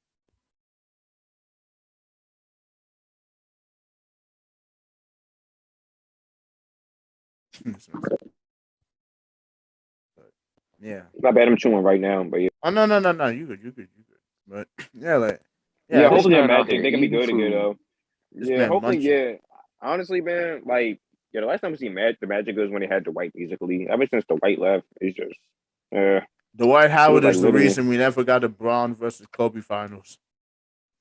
and it's just wild how like he didn't make the NBA top 75, but that's the conversation we've been having for a minute. But the White Howard, I Ah, say he man. deserves more credit, like overall in general, he really deserves That whole way list more was credit. flawed anyway, but that's a conversation for another day. Right, right. But the Because Magic, they'll be good again one day. yeah, the Magic will definitely be a solid Because team. the White Howard, he led that team, like really held that team down. He did And for they sure. built the team perfectly around him. They basically surrounded him with a bunch of shooters. Exactly, bro. I used to use the Magic all the time on 2K. They're low key one of my favorite teams in the East. Like Mhm. during like that stretch, like literally used to root for Dwight Howard. It was like, yep, that's my favorite center. He had Jameer Nelson. He had Hugh Turkoglu. He had Mhm. I think Ryan Anderson. Yeah, but he had like shooters on that And they had my team for real. boy that So, nobody talks about, bro. This man, literally, Rashard Lewis, bro. Nobody talks about that oh man. yeah, they did have Rashard Lewis. Rashard He, Lewis, literally, bruh, he's the I literal forgot def. all about him. He's How could I him, forget about him? him and Dirk, bro, are the reason stretch fours exist, bro. They literally started the movement. Like Rashard Lewis was out here dropping 20 points a game, shooting like Rashard Lewis, 40% from three, bro. He was he he like was yeah. fundamentally like crafted that good, pretty good. Cause he did it like in Dallas, Phoenix, I believe. Yeah, he did that in a couple good teams. Honestly, Rashard Lewis, everything he went to, He was in he was Seattle with too with Ray Allen. yep. He Ray was in Allen, Seattle yeah, with he Ray played for a Allen. couple. He played with a lot of good point guards. Honestly, Rashard And yeah, Lewis, and I think and he know how Rashard to stretch Lewis the was floor with them. he was there when KD was there. Yeah, he was there. I think he was there KD's rookie Dang, Yeah, he season. was there yeah, for because he was in the KD's NBA rookie for a year. Yeah, he minute. was there for KD's rookie year, and then after that, that's when he signed with Orlando because he Orlando, signed yep. with Orlando free agency. I remember that as a kid. I Yeah, think he was even there. I think he was even there the first year they went to Oklahoma City. He might have been. Don't quote me no, on no, that. he wasn't. I think he was. He He signed wasn't. to Okay. he signed to Orlando at that point. I remember that because that was Okay. when him and basically Dwight they kind of started building themselves up as the next duo. Because if you remember, 08 was really when the Magic started to build themselves up, and 2009 that's when they signed. What they got Matt Barnes and Vince Carter, Matt and Barnes, that's Vince when that's Carter, when they really yeah, really they started had going that to the tough ass next level. squad. Yeah, Mm-hmm. yeah, I remember that. And winning that Definitely. finals run. And like Hey, Kobe played what's it your like name? and Kobe like whooped them, bro. Do you know do you know Dwight who? The white around your lips. Hey, bro. It's so funny you say that Dwight Joe while you're there at the Uh, Cap One Arena, bro. I'm never gonna That was forget Nah, what hard. the what, bro. They were Funny calling him time, Butt I'll never Boy, bro. forget bro. they call him butt boy around Bro, that here. shit was crazy, bro. Bro, it's like people gotta forget he really spent No, time what's watching it. what's what's funny about when that stuff came out, there was a Wizards game that same day. So everyone was just over here just cracking jokes about Dwight Howard, bro. That was a funny Like, time, bro. That is like no Wizards, bro. Even to be a Wizards fan in general. Mm-mm-mm-mm. Shit is And my dog crazy, sounds like man. he agrees. oh he yeah, said, he let said, me oh yeah, Frosty, like, yes. He's like let shit, me bro. give my Like rookie of the year pick real quick. Go ahead. So so Evan Mobley, but Cade Cunningham is a close second, and Cade Cunningham is only a close second because the Cavs are in the playoffs. If the Pistons was at least in a play-in spot, Cade would probably get it just solely off the strength that he's the number one pick. I know for sure. that's a fair point. That's a Yeah, and the very, very Pistons, fair point. And no, and it's the Cavaliers are way like better. not to discredit Evan Mobley playing amazing. Like the reason why I would pick him because he's been really the most consistent out of all the rookies. Like he came in and he's just been building upon the great play that he's been doing. So if you're looking for like consistency, Evan Mobley got it because that's the problem we're having with Jalen Green right now. Jalen Green has been playing. He has a lot of good games, but then he has a lot of bad ones. Like he has a lot of ones you look at him like, what the fuck? But it's like, bro, that athleticism, bro, that bounce, bro, crazy. Man's is casually jumping and head touching the rim, bro. Like his bounce is ridiculous. Like Also, Jalen Green got he got that attitude too, and that's what plus I he was about got to say. John, Yeah. and plus he got John Wall as a vet, so he about to be a dog, and he in Houston, so he frequents those strip clubs a lot. So Nah, that's KPJ, bro. Drum dude. fuck you mean Jalen Green right there with him. Actually, no, you right. They buddies. They're right next to each other. You He's right. right there with him. It's just like KBJ is the wilder one of the two. Like KBJ, he's a coon, bro. Like he's proven that he's just a him, bro. Like KPJ is just a menace to society, bro. Like his antics are hilarious to me. I'm sorry, bro. Like the fact that Cleveland traded him to Houston because it was like, bro, we're not dealing with this coon ass nigga on our team. Bro, they literally traded him because of bad behavior. That is the funniest reason I've ever heard a team say, "Hey, yo, bro, we got to get rid of this nigga, bro." That's crazy. But yeah, like Jalen Green, he got all the potential in the world. I still think he will become a good player, but like right now, he's just not in the rookie of the year race. He's just not in it. But it's not really his fault. He's really on a team that's not even set up The for any Rockets are just success. ass, bro. The Honestly, they really Rockets are are. just a dumpster fire. Like let's just be honest, bro. They really are. Like, but the thing is, it's a good thing they're doing this because now they're gonna build a strong young core, strong young nucleus that's gonna be dogs in a few years, bro. Like, I'm looking forward to seeing because they definitely gonna get another top five pick this year. They probably gonna trade Eric Gordon at the trade deadline. They probably gonna get rid of Christian Wood for something. So I really feel like Houston about to be on the come up in a few years, bro. They're not gonna be at the bottom for long, for sure, man.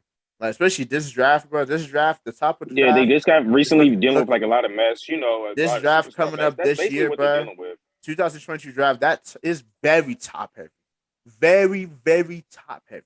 If Houston can get one of those guys, bro, they got it. They got something. They got something to build about, bro. I'm looking They're forward to going it. through like the post Harden Westbrook hangover, basically. That's what they're going through right now. They're about to get over it soon, though. Probably after Yes, this year. sir. Yes, Yup. sir. Yes, sir. So the most debated thing that people have been going crazy about at NBA Twitter, MVP. The MVP. So I think it's still kind of still early to say, don't you think? I think it's early, and I think that if we're really gonna talk about like on a real thing, there's five people that could win it. That's why I was like, way too early. You gotta wait till like you can narrow it down towards Like the end of the season. I It's feel like like the people should debate, only talk about MVP talks in like the last month of the season or like the last 2 months, because that's really when the race kind of gets to its climax. Because that's when we kind of know who's the three. Because now it's hard to tell because KD's injured, Steph's in the shooting slump, LeBron's playing on the Lakers. This man's dropping 40 points and they still lose. You have John Morant, DeRozan, like Giannis. it's a Giannis is lot. in It's a there. lot of questions still. Giannis is in Yeah, there for sure. Like it's just like right now, there's not a clear cut MVP. There's a lot of guys that could possibly win it that's in the running, but they say Giannis though, I but said I Giannis. mean. I said Giannis. I said Giannis for Yeah, sure. yeah. Yeah. I'm just saying, but yeah, Yeah. he may be I mean, I don't know. He probably could be at the top at this point if other people don't I get. don't know if they're gonna vote for Giannis. I honestly I don't mean, know. I because think like you said, it's just I so don't many know. circumstances right now with like the injury. Like when KD went down, I'm like, "Ah, dang. And KD's been Mhm. playing lights out too. But I'm just like, now he's going to miss up to a month. That could really affect his MVP race now. The fact that he's going to miss up to like almost like over up to a month or even more than that. So yeah, it's like very unpredictable, like to say right now. And Like now you it's have the like Bucks who are playing good, and Giannis has been healthy, so there's no mhm. one like and Curry. I mean, if anything, Curry he went in a little slump though, but I think he's going to get it back together. Yeah, I yeah, think yeah, Curry yeah. For pretty sure. I'm soon, just yeah, talking because he's about in still the right now today, NBA January talk, 19th, yeah, 2022. Like today, yeah, as we're NBA talking Twitter they about it. always talking though, Right. yeah, saying weird dumb shit. The MVP right now is Ja Morant. I can't even disagree with that. well, I you can't can't even disagree. Well, disagree with yeah, that. I can't even they the, disagree with that. the, I'm not they even are mad on at a that. hot streak. You know They are what? They on a are on a hot hot. streak. They're the I say third it's too. I, seed. I was gonna say it's too early though, but hey, I can't argue. But it's They're all the about how third like the seed voting in I goes the as mean, well. I West. mean, it is too early. But mid-season is when you really kind of start talking about it. Mhm. Yeah. Yeah, Yeah, Like now, I'm not like I mean, at least like really getting into it like after the All-Star break. I have to yeah. see how the I would Grizzlies even say also, how but their I season say let's ends. No, see I say March. I see how Like the Grizzlies season ends. Like how their season ends and see if John Morant would get it or not. He'll be in the talks, but whether they give it to him or not, it's based on how like the Grizzlies season ends. Really, like how if they finish here's the like number thing two about or number MVP one. that I don't understand. This is the thing about the NBA that I don't understand. Voting is kind of weird. I'm gonna go a little bit on a rant here. The thing why I don't understand how the MVP is weighed because not every MVP is the same weighing scale. Sometimes it's the story. Sometimes it's the best team or the top two teams. Thank you. It's so Sometimes weird, it's bro. the Like stats. Sometimes it's this. Sometimes it's that. So it's like the NBA. What they need to do, they need to come out with what is the criteria for MVP because it changes every year. It's not the same. It's it's like not a consistent. listed set criteria in basketball, Like I would even professional say a basketball. listed set. You could have a Like it's just gauge. Like okay, if this happens, boom. some Okay, kind if of this thing. happens, boom.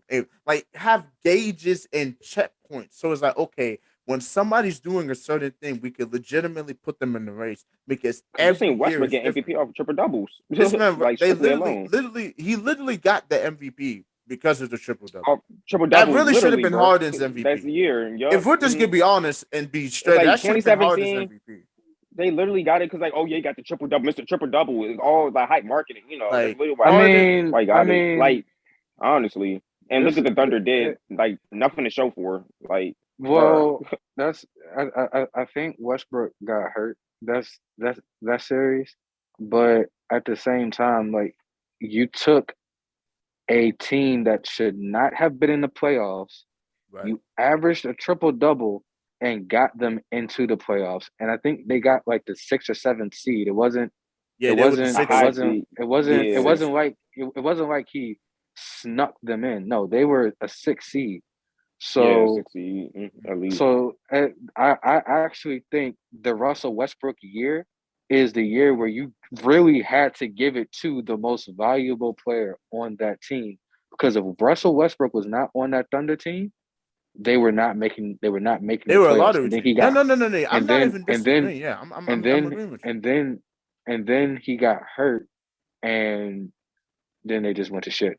But I don't think he got hurt. I think he just I thought he underplayed. played that. I He thought he played the played whole that playoffs. series. I don't He remember played him all getting five hurt. oh, he games. did. Yeah, So I I'm don't thinking. remember. I'm thinking of another series. You're Then thinking never you're mind. thinking of the Yeah, series that where you're thinking of MVP. Yeah, 2013 when he went out with the knee injury again. Funny thing, it's the Rockets they faced that year when he went out with the knee injury when Pat Beverly hit him in the knee and he was out for the rest of the playoffs. You're talking about 2013. that's what him and Pat Beverly started beefing, bro. Hard, Yeah, yeah, bro. And I remember ever that. since then they've been like not I cool at all. remember Yeah, that. That was ever since they crazy. had bad blood But no, since. no, no. Yeah, Yeah, like I'm not even disagreeing with everything Darren said. The reason why I say is James Harden because James Harden literally put up almost the exact same stats. Like he just didn't put up a triple double. He put up like what child. 27, 12, and 8. Like almost the same thing. He was basically He on was triple almost double. averaging a triple double. He He was was almost almost doing on that. triple double He was watch. scoring more though. His team was of this basically almost the same. It was barely better than Westbrook's team, but it was a higher seed. He was like the third seed. He took a team that basically should have been like the 8th seed to be the 3rd seed, even though he did underperform in the playoffs that year as well. Because that's the Yeah, year they that they both lost to did. San Antonio. Yeah, that's the year that when he had that game 6 where he basically disappeared off the face of the earth. Yeah, And that Stephen A. got on his ass that about was that that. Yeah, I year. That remember was that. that year. But it's just like we're talking about regular season here. That's not the people try to be like, oh, play. No, the MVP is a regular season award. I think, like I said, it should have went to Harden because it's not like Harden's team was much better than Westbrook's. It was not that much better, and he led them to a better record, putting up almost the exact same stats. So that's why I put James Harden in. But like I said, that goes back to my argument. What is the criteria for MVP? Sometimes So it's many that, sometimes it's circumstances. story, sometimes it's the most valuable player, sometimes it's not, sometimes it's the play on the best team. Like there has to be like a list, a not just a criteria, not even a secretary, because every year of the season is different. We understand that, but there should be like a box, a checkpoint, a gauge. So it was like, okay, this guy's doing this. He's checking off these boxes. Let's put him in the MVP race. When you could try to do that, but then it could be, oh no, we're looking for narrative. Oh no, we're looking for stats. Oh no, we're looking for most valuable player. Oh no, we're looking for the guy that's on the highest seed. Oh no, this. I'm just like, man, set a list criteria because I think there should be two different awards. I think you should have the MVP and they should have the best player award because that's not always the same thing. The MVP isn't always the best player in the league. I forgot what I show wanna. on I ESPN was want. debating I about wanna. this, about best player MVP. I think it was either Get Up or First Take, either one of them. But I heard this before. Yeah, go ahead, Darren. I just want to like go back and ask a question. Do you want to know the real reason why James Harden didn't win that MVP that Russell Westbrook won? I think I know what he's about to say. No, you know. All right. The real reason why James Harden did not win that MVP is because somebody got in the voters' ear and tried to convince them that he was a scrub. That's why. I knew why he was gonna say it, bro. That's why. This joke is going to continue to run. I'm sorry. It's just going to keep No, no, going no, and no, no, I no, know no, going. no, exactly no. what y'all I'm talking not about, even bro. mad at it, bro, because here's the thing, bro. That's literally why I was just not about to debate that man, bro. Like I literally like, bro, yesterday, this man, bro, Smiles was trying to bait that shit. I was like, no, bro. Because I'm not about to get in a debate with somebody who has such a strong hatred and a negative standpoint on the person I'm trying to be factual about. It just doesn't make sense. It would have been a useless argument. It just would have been me trying to, I'm saying pure facts. It's like talking to And he air, would have been like, oh basically, at no, this point, he's bro. mid, bruh. He's a scrub. I'm like, bruh, no, that's a useless argument. Like, there's no point. That's why I was like, bruh, I'm not doing it. Because I know it's just gonna make me mad. I'm like, bruh, this man doesn't want This to would have admit been trolling, bro. It this just would have man, been trolling. right? That's all This it would have man been, just doesn't bro. want to admit he's a James Harden hater, bro. It's fine. It's okay if you don't like him, bro. Bro, Like we all don't like it's certain bro, players, bro. right, We bro. all don't like certain players. Like Like I don't like literally, Trey Young, honestly. I honestly literally, now I bro. don't like Trey Young, bro. Bro, we Me, all my have those player I don't like, bro. players. I don't like Trey Young. Like ever since that last spot, like that last playoffs when we blew it, I was like, bro, fuck Trey Young. That's just me. I say that to troll and everything. It's like, okay, Right. bro, we get it. It's like I don't be too serious with it, but it's like, bro, I don't care to see him like get a W, honestly. Yeah. Bro, like But I understand that I argument yesterday don't. was we ridiculous, all bro. have the I players we I get don't. out on our skin, man, that we don't like. It's okay, bro. It's fine. I don't necessarily hate players. I hate teams. Gotcha. Like there is not a team in the NBA that I will ever hate more than I hate the Los Angeles Clippers. Yes, the Boston Celtics Bro, we exist, all clown the but Clippers. yes, the Boston Celtics exist, but the Boston Celtics don't really deserve my energy. So they can just sit their bum asses down somewhere Ooh. else. The Clippers, the Clippers, They losing to they can Charlotte get right now. all the Clippers. I want all the smoke because they really they really got fucking helium gas in their fucking head. So it's the L.A. Clippers and the Washington football team. Those are teams that I absolutely hate. I don't necessarily hate players because I personally like Kawhi Leonard. I've always been a Paul George fan. I like Terry McLaurin. Chase Young is a local boy, so I'm a root for him. So Oh, yeah, Chase Young. Mm-hmm. but But our James but Harden yeah, argument, bro, is but OC, bro. but but outside of the whole running James Harden joke, Kata, Arnold, we love you, bro. You know it's all love. Bro, that was funny last night. Bro. Oh, I was like, bro. also, Smiles was like your slicing new it. That was song, too funny. your new song is fire, my Oh no, yeah, guy. him and Ronnie, bro. Oh Y'all yeah, did him y'all and thing. Ronnie. Y'all did y'all Your Yeah, thing. new bro. song is fire. Yeah, keep it up though. Like, Y'all did I y'all just thing wanna, for sure. mm, I just wanna put that out there. But yeah, like I was not getting in an argument with somebody that like I said because everything I was saying, bro, was pure facts. Like, bro, like it's literally been proven that when those three play together, bro, they can't be beat. They literally can't lose. Like the three games they lost together was decided by like the end of 1 point or one shot. Like like they basically if they play well, all of them play up to expectations, they don't lose. So it's like I'm not even discrediting the Bucks. No, I fuck with Giannis heavy. That's my African brother. How can I go against him? I'm not gonna go against my African brother, man. But yeah, like Giannis is that dude. Giannis, at honestly, if we're really gonna be honest, Giannis is the next king of the NBA. Like he is. Like he's gonna take the NBA by storm, and nobody's gonna be able to stop him. They can't stop him now. So I hate on my camera. Real quick. Giannis tried to crown himself too early, and all That's LeBron the did thing. was win a championship on him.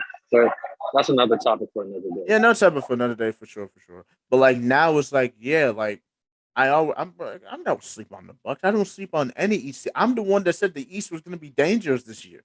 I said it before anybody else because I foresaw it. Like these East teams are competitive. They're ready to cut each other's throats off, like Darian said.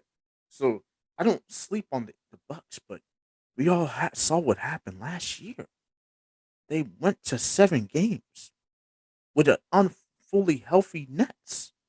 Like imagine a fully healthy Nets because that Bucks team, that Buck is not the Bucks are not winning that series. They barely won the game yeah, seven you have a good point. that Yeah, went you have a to an point. overtime A full healthy because KD, KD James was Harden. doing the Hell damn no. carry job of a century. Like what this man was dropping 50-point bombs 2 games in a row in the playoffs, bro. Like, no. So it's just like I knew that argument was not gonna go anywhere because also you know he was saying, bro, y'all takes suck ass, bro. I'm like, yo, now you're just being emotional, and when you start being emotional in a debate, you lose, you lose, you lose, you lose when you show your emotions. Not having them, of course. If you have emotions, but you convey them into a sound and proper argument and a good rebuttal, you're good. But he was like, "Hey man, y'all don't know what you're talking about." I said, "All right, bro." That's what I just knew. Like now, bro, I've learned that Yeah, that I'm was not a lot last night, bro. like last night was just hilarious, bro. But I just learned that when it comes to certain things and certain situations, it's better to just either not say anything or avoid getting yourself in that rabbit hole because it's just gonna end up being a waste of time. It's not even disrespect; it's just facts, bro. Like I try to be as factual and straight to the point and honest as possible. I don't have a reason to lie or to deceive. So like it was literally like this man was trying to, hey yo, bro, do that debate right now on FaceTime, bro. I'm like, no. Like, but everybody's just gonna basically look and say, bro, this man Sanford spitting facts and Arnold's being Arnold's being difficult. That's literally would have been, and I'm not about to do that to my boy. So, no. But anyway, back to what we were saying. MVP. So Darian said John Morant. Who am I gonna say? So right now, who's the MVP right now? Because Jokic is on a losing team. Can't say Jokic. Joe Embiid, the seed is too low because Joe Embiid is actually getting in his bag right now. Not about to lie. Joe Embiid's doing his thing. DeMar DeRozan's killing, but I don't think the Bulls are gonna be get that one because he's probably not gonna get enough votes. Because everybody will sleep on DeMar DeRozan coming into this year. Um, who am I gonna say? You know what? I'm just gonna say Giannis just to keep it going because he's been the most consistent out of everybody. The team just had a little bit of a championship lag off. That happens to everybody. Somebody wins the ring, they kind of start off a little bit slow, but they start to rev it up as the season goes along. And that's really what the Bucks have done. And they're not even fully healthy. They don't even have Brook Lopez. They don't even have Boogie no more. They released Boogie. Boogie's not even on the Bucks, and Boogie's a free agent, if I'm not mistaken. Yeah, Boogie's a free agent. So they literally don't have a big other than Giannis and Bobby Portis. That's a very weird lineup. So Bobby Portis is like their second tallest player, basically. Yeah, Bobby Portis is That's a really the only player other than Giannis that can play five. Everyone else cannot play the five. that's very weird. Yeah, that's a weird lineup. Eh, He's not even that like big himself, So really. that so Bobby that Portis. so that even like I said, that even brings more credence to Giannis having a case because they're still in the top echelon of the East, even with the injuries and not having really a true five other than him and Bobby Portis. And he's still killing. Like Giannis is still averaging his 28, 14, and 6. So it's like he's still dominating the game. And you see how his dominance has really started to rev up at the right time. Now it's like everyone else is kind of in situations where it's like you can't really pick them. But Giannis is like, hold up, I'm about to go to the top of the pack, and I'm about to show you why I'm the true MVP of the league. So I like that. So I'm picking Giannis. I'm picking Giannis. That's what I'm picking. Hey, I picked Giannis too. So basically, you got the same pick because I was like, you know what? Right now, I would choose Giannis too. Honestly, if Yeah, you're if I like had to speaking vote, right he now, definitely basically would had have my to vote for sure. agree. And now to end this conversation, who are you picking as the champion? Who's winning the 2022 NBA championship? My team, psych. No, to be serious, all seriousness, y'all. I mean, He said my y'all know. team. I mean, honestly, if I have the for the East, I have the Nets going. If the Nets can stay healthy with James Harden, uh KD, and if somehow Kyrie Irving is able to play all of these games, like on our home games, then I have the Nets going. Nets winning it all. Honestly, I think they will be this year if Kyrie somehow finds a way to be a full time player on the Nets again, and I can actually see it happening at this point. The Nets like just letting Kyrie play full time. I can just see it happening at this point. Whether he gets vaccinated or not, I can just see a little loophole around it. I do. So I have the Nets winning all the way. I think they're just going to be that they're looking kind of like for redemption, and just like they're going to be looking like the really like fully like dominating all like what you call the rounds of the playoffs, and KD's going to want to go for another ring and actually win a ring, in Brooklyn, and therefore people can't joke and be like, "Oh, KD, you got the paper ring and all of that useless ring. Ring, you didn't earn that ring. You bought that ring." I was like, "Nah, KD has to like win a ring, like where he is that star, that actual star, not with Curry and like the Splash Brothers. Yep, not like joining an extra super team that beat him. Nah, this is his team, so I can see KD winning a ring in Brooklyn and bringing, yeah, it'll be exciting in Brooklyn, the city of Brooklyn. I Yep. have two I have two matchups in mind. So it's either we're going to get the same as last year, the Bucks versus the Suns, or I don't know. or this is what I think. If the Nets stay healthy, if everything, I think this is what the NBA want. I think the NBA wants the Nets versus Warriors. I think that's what they want.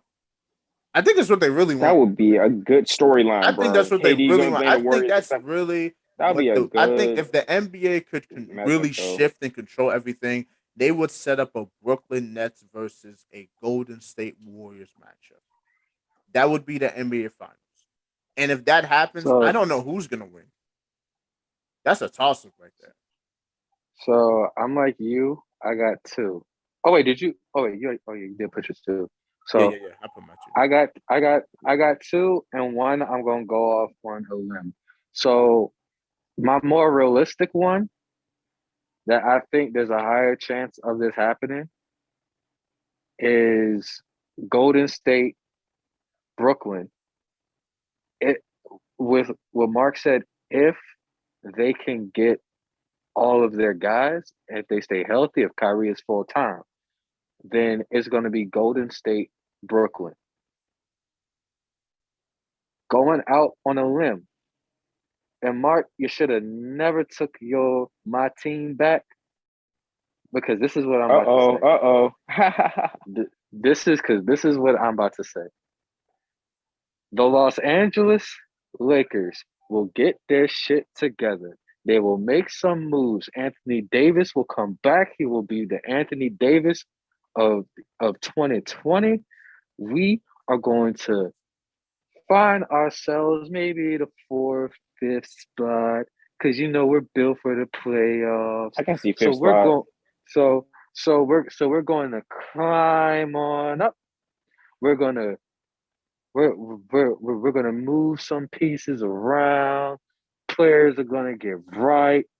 Okay, and the Los Angeles Lakers are going to make a run in the NBA playoffs in the Western Conference and make the finals.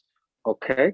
And you want to know who their challenger is going to be? It's going to be nobody but that team down in South Beach because they're going to get healthy and they're going to get that chemistry. They already have that chemistry and they just going to bully ball everybody Wait, and we hold on, going to hold on, get hold on, that hold on, same hold on, hold on, matchup. hold on, hold on, Interesting. hold on, hold on, hold on. Did I just hear Yes, Miami? this is what I'm What's saying. the hold on, what's the This is second what I'm matchup? saying. I didn't hear the This second is matchup. what Let me I'm let me listen. saying. The first matchup is Brooklyn Golden State. That's the one that I The think one you is a picked. is a Yeah. greater Yeah, yeah, chance I of heard that happening one. I didn't hear the second one. with Golden State winning. So I got to go through my whole soliloquy again.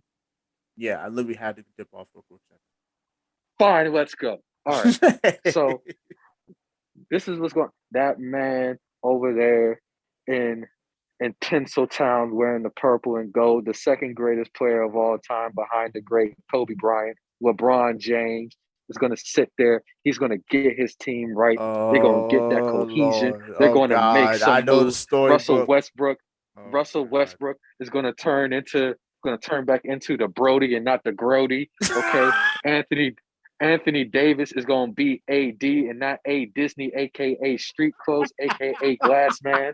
Okay, we're gonna get our guys healthy. We're gonna be right. Malik Monk gonna be dropping buckets. We're gonna be playing defense, all that good stuff. We're gonna find ourselves and climb all the way up to that fourth, maybe fifth seed. Okay. We might have home court advantage. We might not, but we're not gonna be in no damn play-in. I'm gonna tell you that right now. Okay. And we're gonna make because first of all, we built for the goddamn playoffs with all them vets we got.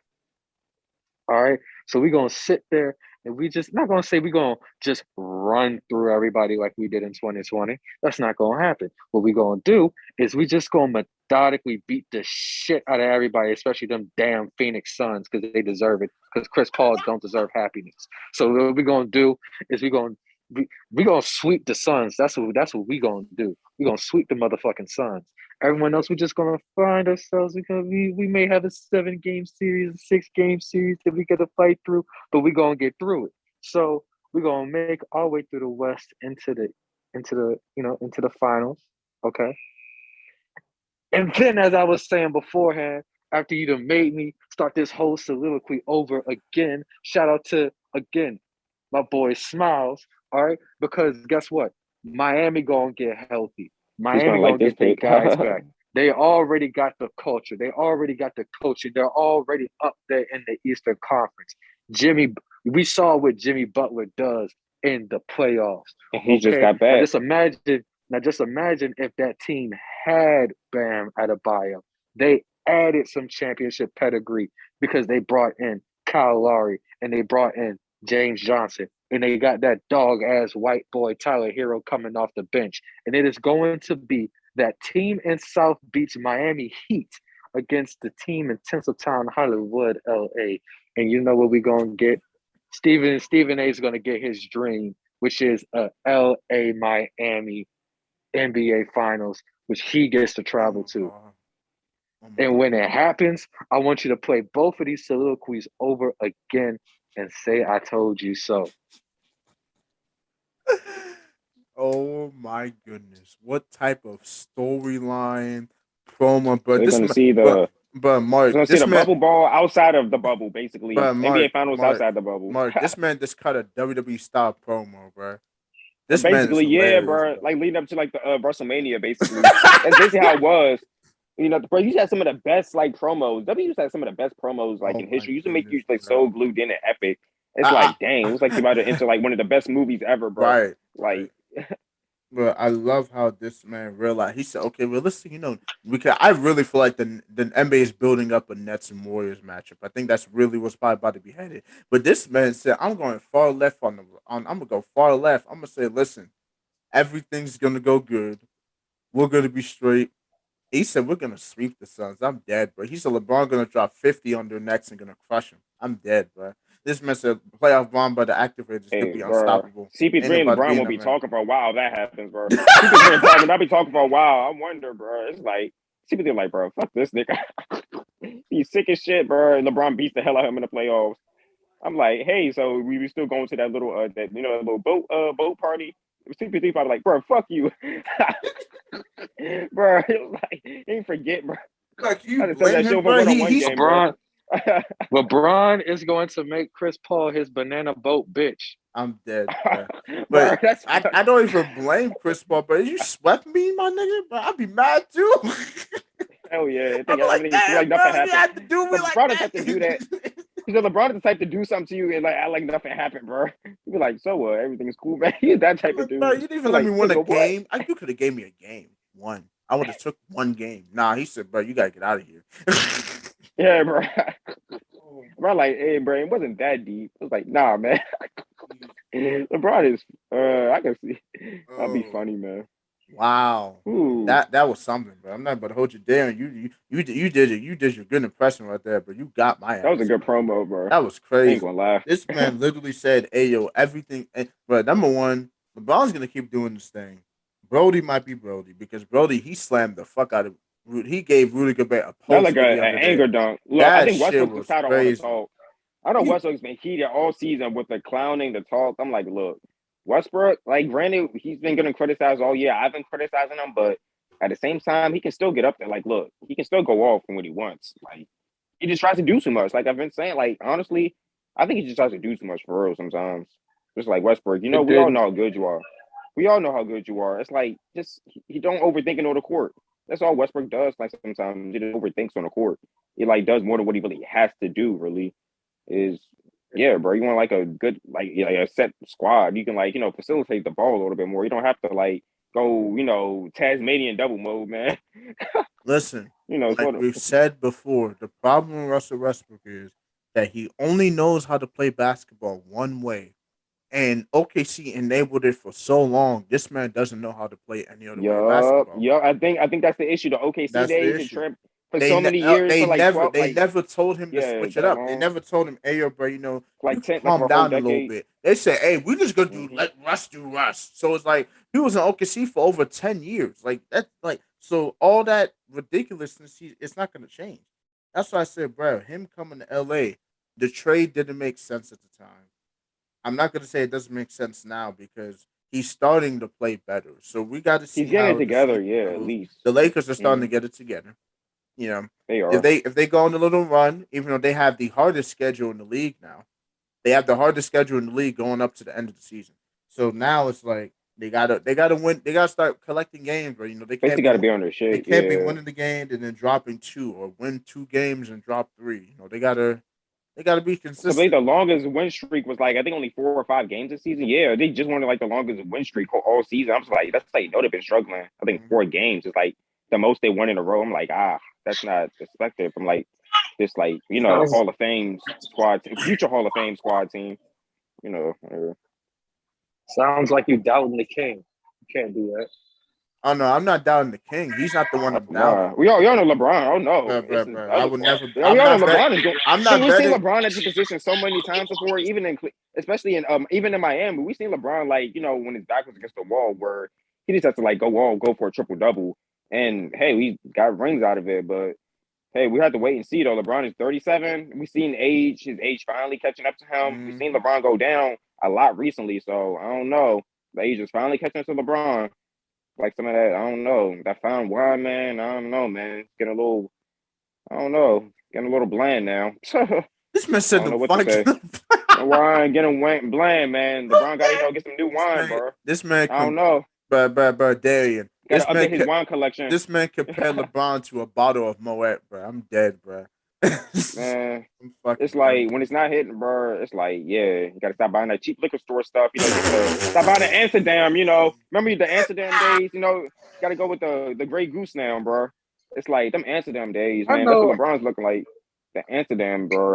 I know you're not talking about cheap liquor when number one, your star player is a man that walks through the hallways of arenas wearing open toe flip flops with his stinky ass toes out.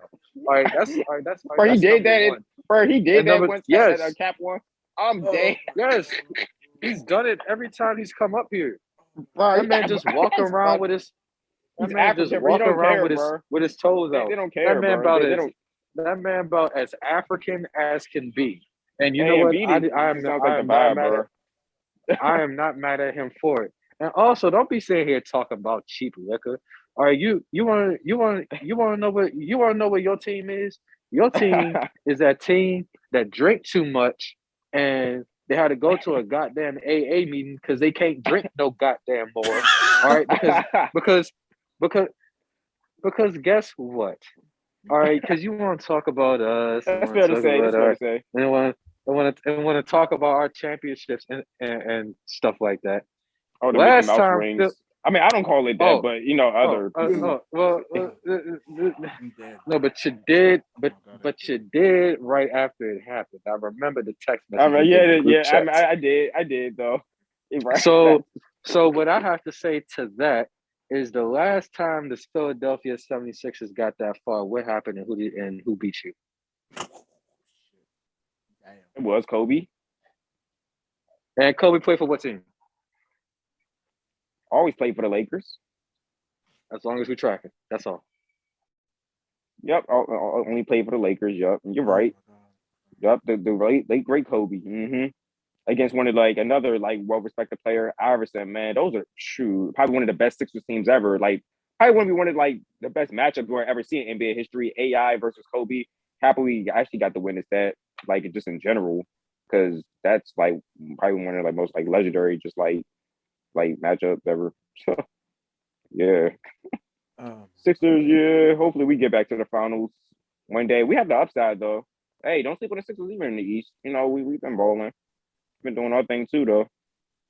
This whole Ben Simmons contract shit is really it's like literally our main distraction. Literally, is this Ben Simmons contract. so Well, as if soon as we y'all get would Ben Simmons out the way, bro, right, we're bro. literally If set. y'all That's would really have the only thing traded that's that man distracting us. already, bro, y'all'd be a higher seed, bro. Yeah, bro, we'll be like literally the only thing like distracting us. Like we're a good team. It's just, bro, we have like a burden, like a little, who knows, like rusted mole or something, just like on like our engine. We just need to get like an oil change, basically, And bro. bro, I don't did know. you hear Like the Ben new Simmons kind of set. rumor that's going around where they're saying Daryl Morey is gonna wait till the offseason to trade Ben Simmons because he wants to trade him for James Harden, bro?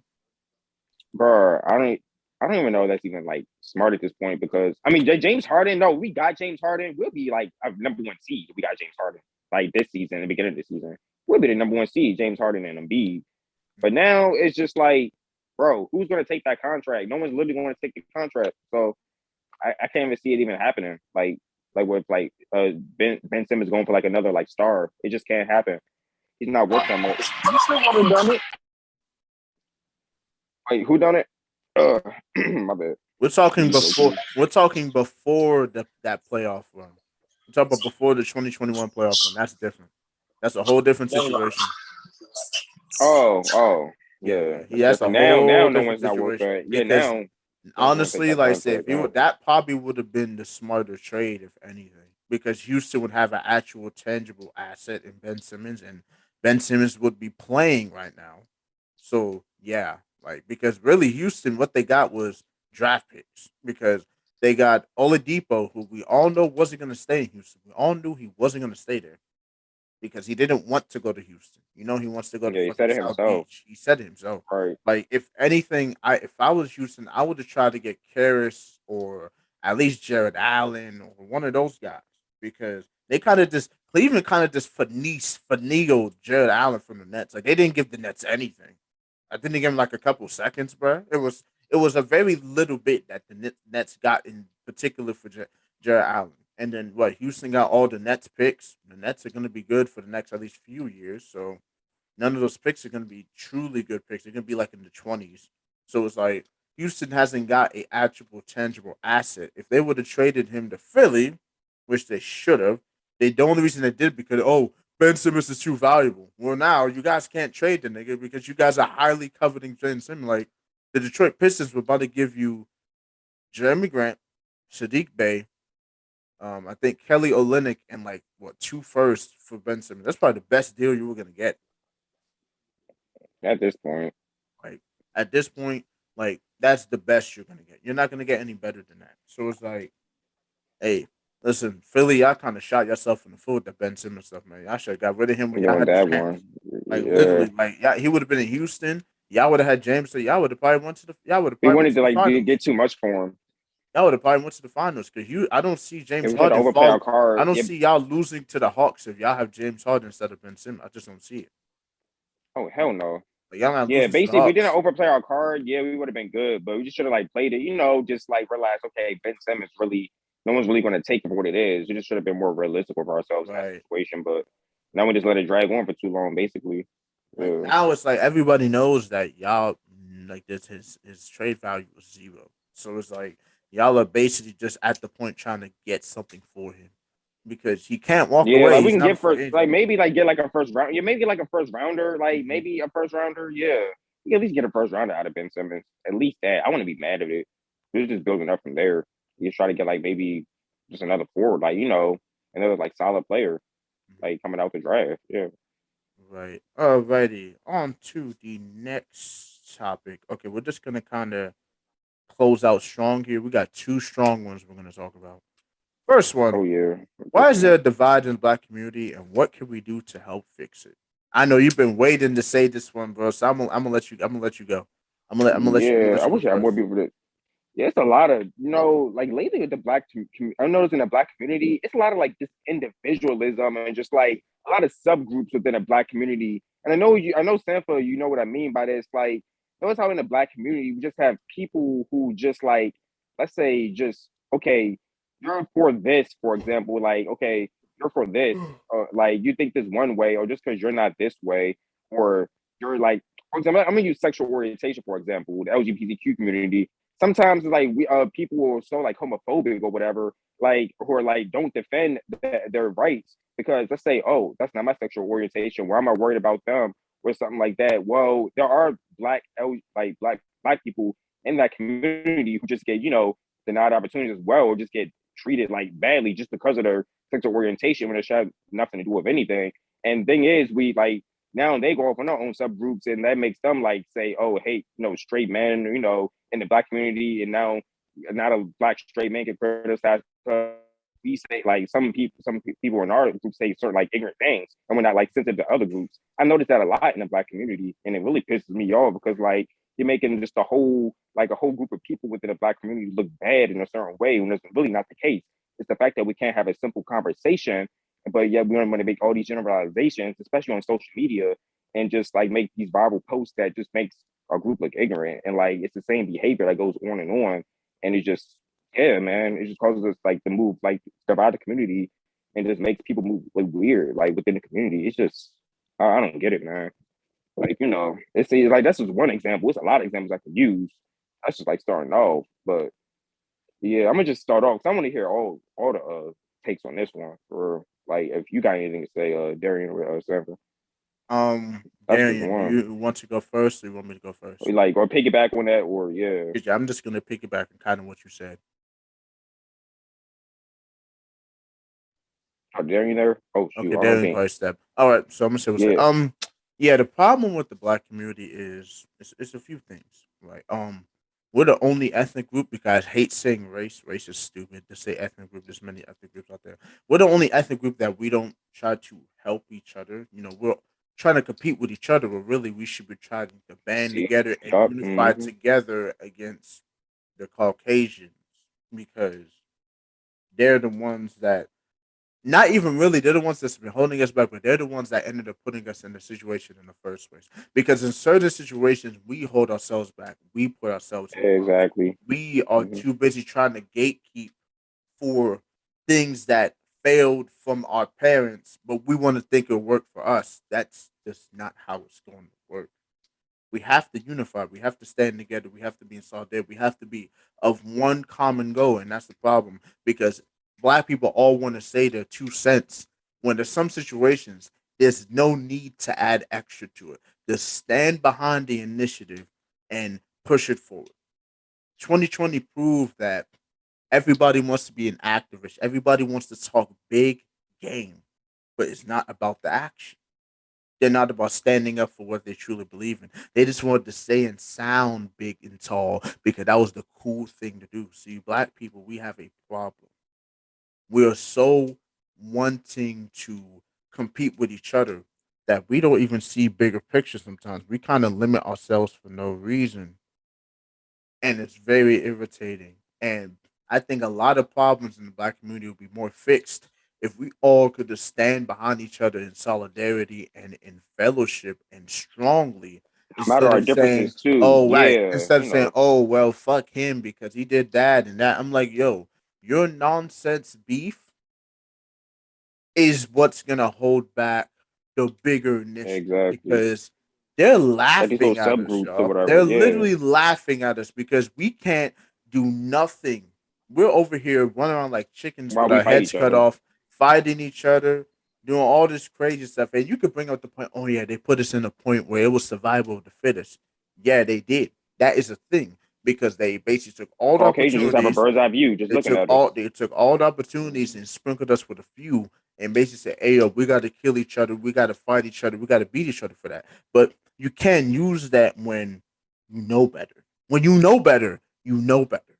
See, you're thinking of the Yeah, it's worst like why not to change the situation, narrative of the that though? ghetto, the Hmm. someone who's never really had an out of the box mindset. But if you're thinking out the box, why not try to show other people the reason you think the way you do and how they can help to contribute to progression. See, everybody wants to complain and whine and hollow in their situation. And this is more than this. This is just life in general when you could really be stepping up, standing tall, and connecting yourself with the right people. Because who you surround yourself with, who you talk around, who you be around determines how you think. If you're around people that put themselves naturally in a box, if you're around people that don't have ambition, that don't have hunger and wanting for more, and not only more for themselves or selfish needs, but wanting more for just everybody of the same skin color of the community as a whole, then you're gonna think in a limited mindset. You're gonna think in that small, what we call that small town, small city way. Because a lot of people really just don't understand that this America is big and great. There's opportunity for everybody. Of course, you're gonna have people that you come up against where they're gonna try and knock you down and press you down and but that's just life. Like we're already born with a disadvantage. We're literally out here born with a disadvantage. Instead of complaining about it, okay, yeah, Darren, I got you. But instead of complaining about it, they don't just do action. They want to complain, but don't want to do nothing about it. They want to say, "Oh, woe is me. Yeah, this shit sucks." Well, if it sucks, make it better. We're not kids anymore, y'all. We're not kids. We're all grown ups. There's some people that's listen. They have kids, bro. They have whole families. We're not children anymore. We're not young dub high schoolers who were bright and heavy and oh when we hit the world we were like a deer lost in headlights. No, we're all in our mid 20s. Well, 30 is knocking on the door for some. Some of us are already 30 that are listening. We're not kids anymore. And another thing, like I said, Darian says, so I'm gonna give him credit to this. I didn't want to say it, but I'm glad he brought it up. People don't want to sacrifice. Like really, generally 100% sacrifice. Everybody wants to do it the easy, smooth way. They want to look like they're doing something. They want to sound like they're strong and solid, but they're really not. Because when the time comes for the sacrifice, when the time comes for compromise, when the time comes to be the bigger person and make a decision that, yes, it's going to suck. It's going to hurt. It's going to be hard. But that's all of the process. That's the whole big picture right there. If you really want anything in life, if you really want true change, if you want things to be better, if you want things to go in a positive direction, it's not going to be easy. The decision is going to be hard. You're going to feel it. You feel like you're burning yourself. But for the Yeah, they're like but sometimes you afraid of have it. to Yup, do the it decision. for a bigger cause. If you want Trust me, true we all been change, there. Trust me. we all been there. We've all been there. Like people don't want to risk their lives or the relationship for the community, for the Or like the betterment of the pride, or community. like sometimes even They don't pride. want, yeah, they don't Sometimes want to sacrifice their yeah, pride. They don't individual. want to, Yup, that's the they black don't people. want You to know them. they don't want Yeah. to say, oh well, I'm used to doing things my own way. I see another way, and I'm Oh not nah, against it. other people can't be looking at me Listen, like this. I'm like, bro, it's so stupid. I'm like, bro, listen, y'all niggas got to get out listen, this mindset, listen. childish mindset. Yeah. This mindset needs to stop, and also a mindset of greedy. Oh, it's all about me and whose minds. No, bruh. We're all trying to live in this world together. We're all trying to make it in this world. We're all trying to be something great. We're all trying to, especially us black people, we're all trying to do something. We're all trying to grind. We're all trying to get to a certain point. What's the point of having a selfish me mindset when at the end of the day you're gonna get what? Watch. You're gonna what hate with the selfish mindset, right? You're gonna get all the way to the top. You're gonna achieve your things. You're not gonna help anybody else achieve the same things. You're not going to help guide someone else to be better to improve their life for their family, for their loved ones. No, you're just going to keep the greed to yourself. You're not going to go back to where you come from and try to help the community. See, if it doesn't work, that's different. But if you put the effort in, it's just better. Instead of saying, nah, bro, I'm not going to waste the time. Man, listen, you could put the effort in and you could be the inspiration for the next generation to come. They're like, yeah, I know Mark tried. He came back and tried to help, and people kind of shunned him away and turned him away. But I'm going to try and continue what he tried to start. Because people have to understand this thing is bigger than me, Mark, and Darren. This is bigger than all of you listening. This is the world we have. This is the world we're talking about. This is the whole perspective, the whole pie, the culture, as you say. So you thinking in your little, small, little, maybe one of 100 of 1,000 of the pie, that's not going to help. Baby steps. It's all baby steps to grow. To truly make a difference, you got to start somewhere, right? But a lot of people just don't want to make that first step. They want to talk a big game, but don't play a big game. And that's a really big problem you have in the black community. And then people are so quick to jump on the mistakes of others. They're so quick to jump on when people do certain things, but you would even have Welcome the to social balls. media. You would even have the balls to attempt that move. That's basically social media. That's all it is these days. You Yep. would even have the That's why I cojones to try to take a make big that rip. step. You would even have the balls to do it. You wouldn't have the strength to put yourself out there, try to make a difference, try to make your voice heard. You wouldn't do it. But no, you're gonna sit comfortably behind your phone, behind your computer, and try to judge somebody because they did something that you couldn't do. Failure is part of life. When you put your foot forward, there's gonna be certain things that's not gonna work out. It won't. That's life. Not everything is gonna work out. Things are probably gonna fail more often than than they are successful and they're good. But that's what life is about. Trying, taking the risk, jumping with that leap of faith. And I feel like a lot of people they don't have any beliefs or actually a true faith in anything. They're just going off what other people say. It's like the blind leading the blind, the sheep leading the sheep. You're not a true leader if if you fail to do two things. One, inspire somebody. Because all good leaders always inspire somebody and that person tries to walk in their footsteps. And two, Be a good influence to the people that surround you, to the people that you're leading, the people that look up to you, or the people that respect you to a point where you inspire them to not only be better, but to do more in their own field. I've literally had people come up to me, and I don't even see myself as that big of a leader. I'm just doing it because I'm passionate about what I do. They're saying there's people that's literally started podcasts because of me. There's people that started talking more because of me, because of what we're doing here at 31 Outlet. Me, Mark, Evan, Darian. And there's people that's coming to each of us individually and saying, man, I love what y'all saying. Y'all keeping the truth. Y'all being yourselves. Y'all inspired me to do the same. Or y'all inspired me to be better. Or y'all helped me when I was in a down place. It helped me to elevate. And I was just about to say that, Darren. Good thing you said that. Um, the other problem with social media is it gives everybody a voice, everybody a platform, and that's not a good because some people don't need to have a voice, some people don't need to have a platform. Go back to what I was saying. There's people that's come up to us individually and said, "Hey, yo, man, you inspired me to do this. How am I going to do this? Guide me through this. Give me advice. Give me steps." Multiple people, and that's the way it should be because when you are on this social media space, this world as it is now, because the world is so small now, it's like you could be talking to someone halfway across the world within 2 seconds. You have to use that power responsibly. When there comes power, there comes responsibility.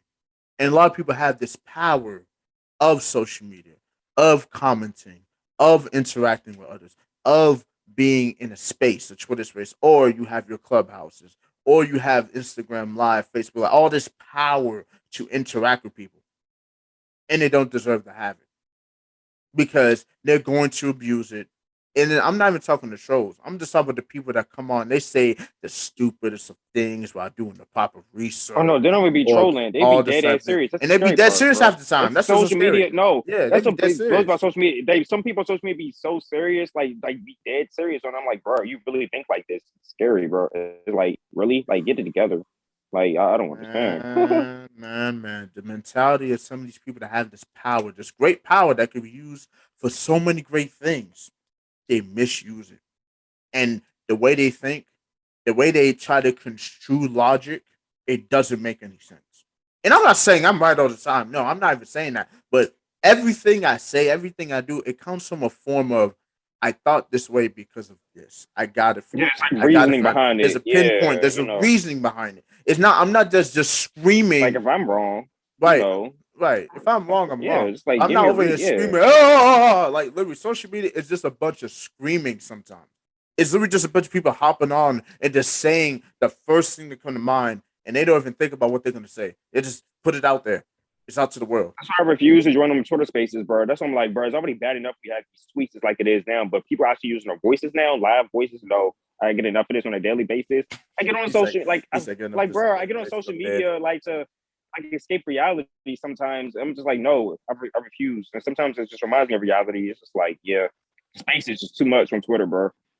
And Space is just the ridiculous. sucky thing about the social media thing, there's so much information out there and a lot of it is wrong information. But you know how certain things become truth because enough people say it and enough people proclaim it as truth. It literally happens all the time. And when I see it, I'm like, bro, what are y'all talking about? Like, literally, people would they'll take something. They either know it's not true or they're ignorant or whatever the heck. They believe it's true. They'll start saying it like it's true. And then it becomes fact. And then it becomes misscrewed. And people think it's fact when it's really wrong. And sometimes it's hard to tell when wrong is right is wrong. It's a lot of information that gets convoluted on social media. It's crazy because you just have a Yeah, lot of it's too much people that misinformation. Yeah, basically. they're just all focused on I'm first. I'm first. Let me say this. Even if it don't make sense, it's gonna Seen get so clicks. many It's foul gonna get tweets like retweets. that. It's You gonna know, get like likes. them just It's so bashing like crazy. black men, for example, bashing black men, for example, for no reason, but yet y'all didn't like read the tweet. Like, bruh, it's like y'all just agreed with the shorty just because like she said, "Oh, I felt like I was getting attacked," but you realize no, actually it was the other way around. Nobody was even the guy wasn't even attacking her. It's like just so many just like childish things. Like social media is almost like grown adults just like acting like no kids like arguing on the playground again. Oh, he said this hurt my feelings. Get him, y'all. Like, it's so stupid, bro, sometimes. Like with these tweets, like y'all really spend time and energy. It's like arguing, like under these threads, bro. Like, yeah, Bro, I've seen it it's so a many good thing you times. So brought that like, up. just Like, mhm. because it's so crazy how now it's like the popular thing to shit on men.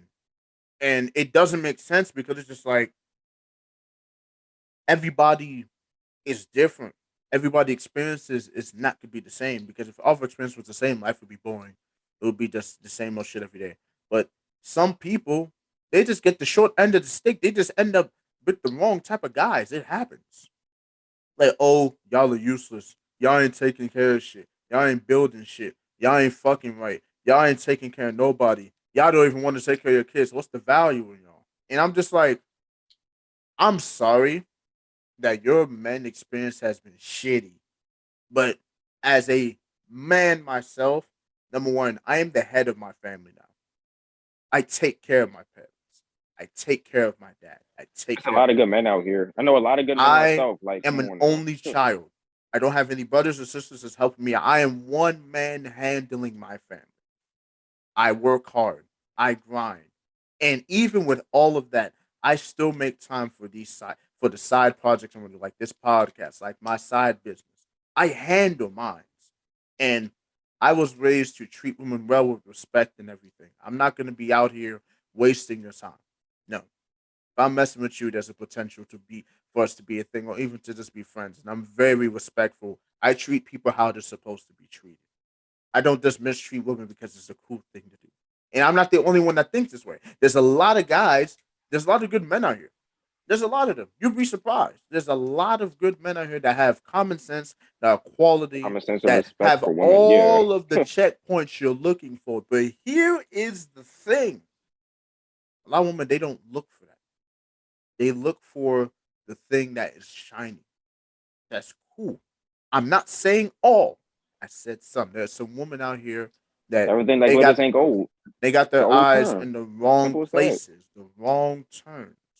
That's why you can't find. You're not gonna. Not all men are city. It's just like how you can't say all women are trashy, disrespectful, everything. I will never say that because everybody is I different. want to go You around saying cannot all judge. women are hoes. Like, you Yeah, know what you I'm can't saying? do that. Yeah. Can't do Like that. all women are No, like, yeah, because exactly. everybody Like, is just different. because I feel hurt. What the hell? Right. Yeah. Yeah, yeah, People right. go off their Right. individual, it goes back to individualism. People go off their own hurt individual experience. And then it just creates these generalizations and everything. And they see everybody else, in that one person. They look at everybody else. Just like now, that one person man just go against the world. It's like, you can't do that. It's like Right. millions of people out here. It's like, come on. It's like karma, like, eventually catches up to everyone. It's like you have to, yeah, you can't continue the cycle of what one person did. Now you're just repeating that same cycle and letting it out on somebody else. Is like basically like doing the same thing they did. It's not right, and that causes the issue. It's really crazy, man. Like everybody's different. You're not gonna have the same experience with everybody. I understand your butt hurt. I get it. Believe me. Everybody's gone through a heartbreak. Everybody's been betrayed, stabbed in the back. But that's just life, man. You cannot go through life being negative, thinking so in the mud, because that's just gonna breed toxicity. And once you start breeding toxicity, that just makes you look even worse because nobody wants to be around a toxic person. Nobody. And when I mean toxic, I mean in the sense of you're breeding toxicity because everybody has pros and cons about each other. That's just how it is. We all have our strengths, we all have our weaknesses, we all have our good points and our bad points. When I mean toxicity, I mean you're literally actively dipping in the negative side of things and always thinking of the worst situation and never thinking of anything positive. That is a lot of people that breed the toxicity, but they think the toxicity is a good thing. And that's the problem. It's not a good thing. It's something that needs to be addressed and said, listen, I'm sorry that your personal experience has been horrible. I'm sorry you got the short end of the stick, but your reality is not the reality of everybody. Your reality is your reality. Everybody's reality is different. Everybody's experiences is different. Everybody's walkthrough is different. You cannot judge everybody on your own scale. You can't because number one, that's just unfair. Number two, it's just not right because you're not gonna meet every guy and every male, and they're gonna be shitty. You're not gonna meet There's every a lot of woman. broken people going into new relationships, and that's Right. the issue. Like Yup. Mm. you cannot be broken and be so focused on not wanting to be alone because you need that alone time You to ain't gonna mess reconfigure around and just yourself. ruin something good, yeah, for no Right. reason. Yup, and that's why a lot of happens in this generation. That's why these breakups happen for no reason. So why it doesn't work? I'm like, just pettiness. I'm like, really, bro? That's why I'm just staying single right now because right now it's like a lot of people just. It's a lot of hurt people out here, especially this Mhm. pandemic. I know it's been rough for everyone. It's like people will really just need to mentally just like spend. Sometimes it's nothing like wrong with like just like getting creating like making space for yourself. Like we all need space. Like trust me, it's really good for yourself. It's like take time for yourself, like and like just create space for yourself. Honestly, there's nothing wrong being alone sometimes. The best It's advice like I can give for people that they're broken, they're not okay, they seem to be focused on the wrong things. Find something that makes you happy. Like that's really hobbies. it. Yup, Like the hobby find that shit something every that day. Like takes your mind off of the negativity for of us, it's the like toxic sports, things. music, Everybody's is like different. for There's working out. sports, Yeah, so music, mhm. working out, start a Something healthy. podcast, Yeah, be in a health group, get together, do Bible stuff. it's a Find lot, bro. something. There's a lot to do. Get Please, into not music, social play a media all day. guitar. Yeah, bro. Like, don't just be on Something, social man. media reading that negative stuff all the time. That's just gonna mess your head up. Don't be sitting down watching the news because the news has a negative perception. Yeah, They're don't. trying Yeah, to get off the elicit TV a sometimes too. Yup. emotion out of you, so you keep watching. It's like the news is like a forever ending Don't even story. watch the news on TV. I I don't cannot remember watch the it. last time I watched the news. I I can't even did remember the as last time don't. I sat down and watched it, bro. Because Nope. it's not Mm-mm. good for your mind. It's not good for your thinking. That's why I always say what you consume, who you're around, who you talk to, what you do, it shapes how you think. If you're all negative, negative, negative, negative, negative, you're gonna be a negative person. You're gonna breed toxicity. Bring some positivity into your life. Bring someone that's gonna help uplift you. That's gonna help let you see your strength. And I'm not even talking relationship. I'm talking about just a friend. A friend I'll talk about. Listen, man, you're good at this and this and this and this. Focus on this and this and this and that.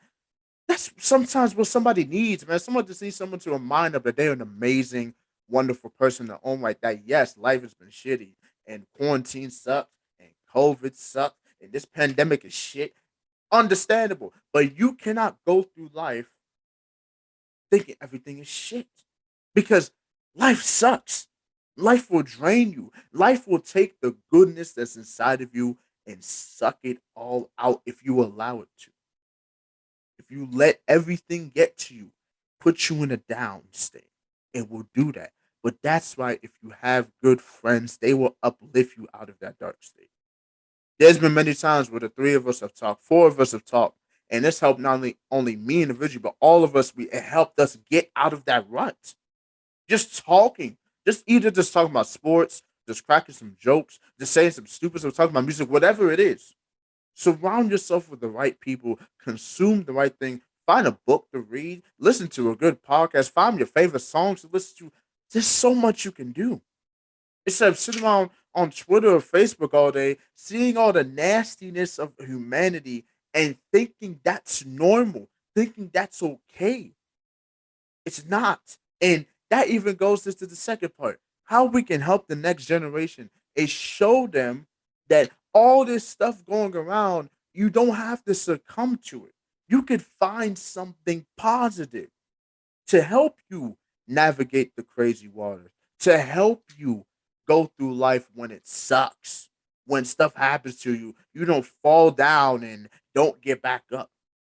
That's what we could do to help the next generation. Show them more positive, more things of greatness instead of them having to focus on, oh, and have this unnecessary pressure from society to become something at the age of 21, or oh, if you're still living with your parents after 18, you're a bum. No, that's not true. Everybody's situation is different. I am sorry that you got kicked out at 18. I'm sorry you got kicked out at 21 and you had to struggle to get back on your feet and you're possibly still struggling. I'm sorry, but everybody is not your struggle. Stop trying to compare struggles to each other and say, why don't we just try to uplift each other and find the positives in everything? Too many people are out here focused on just the wrong shit when we could really be focusing on the good things. Because when you focus on the good things, no matter what craziness comes your way, you'll be able to navigate it because you have a purpose. You have a focus point. You have a okay. You see the light at the end of the tunnel, See the basically. light at the end of the Yeah, tunnel. something to looking for, something. So we have Something to nothing to look look forward forward to. to. That's when like Exactly. the dark cloud goes over your head, and you feel it's like, oh, there's nothing to look forward to. And you just do whatever. Like, yeah, man, you got to get out that slump. Can't just be like down and be down in a moment and everything. Like life goes on. Yup. Life, Yeah. this world never stops. Life keeps going, man. You gotta just keep with it, or you're gonna get left behind. And sadly, no matter what, you could try to help people. People that don't want to be helped, they can't be helped. I had to learn that the hard way, and it sucks. It really does, especially if it's someone that you care about, like generally 100%. But like, I had to cut off people because it was just like I can't help you. Like you're in a bad place and you don't want to help yourself. I cannot sit around and watch you do this to yourself. I've had to do it, and it sucks. But that's life. Sometimes you got to make decisions that it hurts when you do it, but it's for the betterment of yourself and the betterment of not only you but the people around you. Because people don't talk about this enough. How you are affects the people around you if they really care about you. If you have genuine friends in your circle that care about you and your well being, and you're messed up, they will be messed up. And I would hate to cause anybody in the gang and the family to get messed up because I'm in a bad mental state. No, nah. That's why I always try to focus on the positive, and that's what keeps you going. That's what keeps you pushing at the end of it. When you have that focus, but when you see the end of the tunnel, when you know that no matter what happens, you have a reason to keep going, you'll keep going. And that's how I'm gonna end that. Whew! What a episode. No, for real. I knew it was Up gonna be a good before one. I we couldn't close wait it till we get off, to this. I'm Yeah, gonna one let more, I Darren think actually. I'm gonna let Oh, I Darren thought we go. had. Oh, for the next. Oh, I All thought we right, had the next generation one. all right, Oh, my bad, all my right. bad, Darian, my bad. So the reason why I wasn't able to talk is because the Wizards made a comeback against the Nets, and Spencer Dinwiddie just missed the game-winning three, and they lost by one. You're joking, bruh. Oh Dead wow, because ass. the Nets were like their game looked over. Bruh, Honestly, I'm they dead, showed bruh. some of the highlights on That's Yeah, ESPN. crazy. the Damn. the Nets literally almost choked. But because you already said what I said about how people are not really trying to sacrifice shit and all that other stuff. I kind of want to go back because that tweet that I sent y'all, and I want to make it real quick because I got to go back out there. Um, it's kind of sad, and people just want like.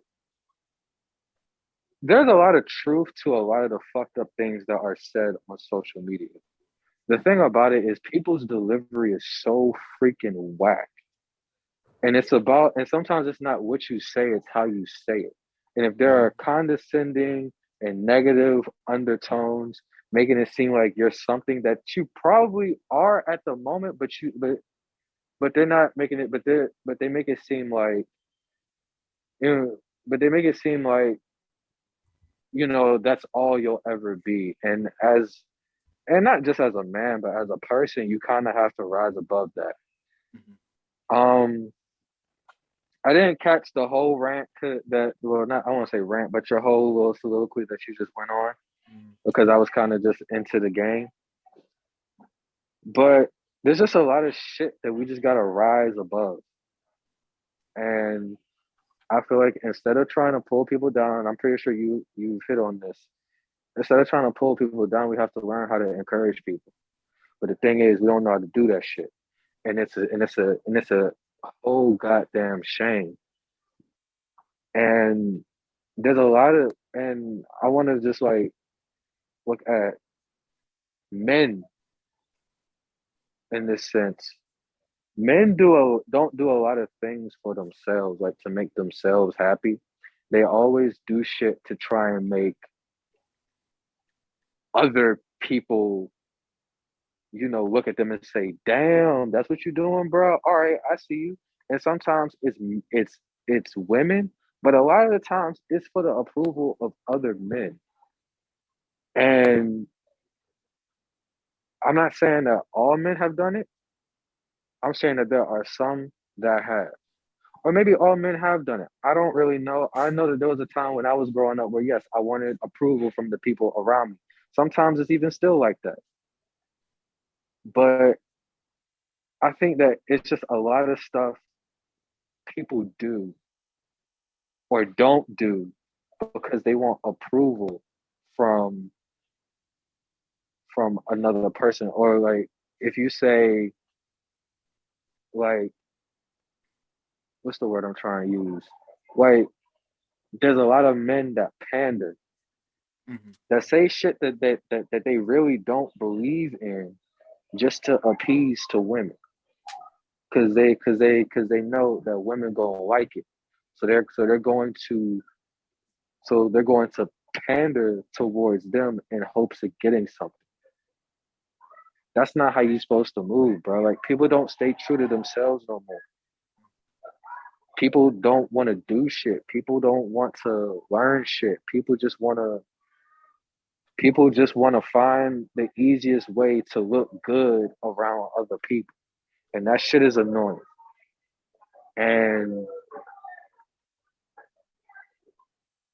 I'm happy that we do this podcast and that we keep it real, you know, because it's been a narrative, because it is a narrative on Twitter, on social media, that men only make podcasts to talk shit about women. We don't do that here. Fuck No. no. Hell no. We Hell don't, no. we No. Nah, don't, nah, we are we not don't, misogynistic, bro. we don't, we, Far from that. we don't, I was not raised we that way, don't, bro. we don't do that. We don't do that Kevin Samuel shit here. Like we really try and keep it on the real. Like we may have people on the pod that do that shit, but even at the same time, when they do that shit, we kind of come back at it. Oh no, no, yeah, yeah, yeah. We Then we had there's guests that get on there, here. there, So, there- You there's know, a we few got but that yeah, we but had to put in the yeah, check real quick. Yeah, but yeah. yeah. but what I'm trying to say is us, like just us four, and just speaking for us four, we keep it real. We are all trying to figure it out. I hate it when people just go on social media or they go somewhere else trying to tell men how to be men. Whether it's a like, I don't think any person, man or woman, can sit up here and tell somebody how to live life, bro. Because we're all trying to learn that shit. There's no right and there's no wrong way to doing it. Well, there is a wrong way to doing it, but who are you to tell me how I'm doing shit is wrong? Who are you? You know, there's a lot of no name, nobody ass people that want to sit here and try and tell you about you, and they don't know a goddamn thing about you. That shit's been happening to me my whole motherfucking life. That shit has been shit that happened to me with the last person I was dating. I had people sitting here trying to make assumptions about me, and they don't fucking know me. And I told myself I will never ever succumb to that shit, and I haven't. So just the main thing I just want to say is like just bros, just everybody.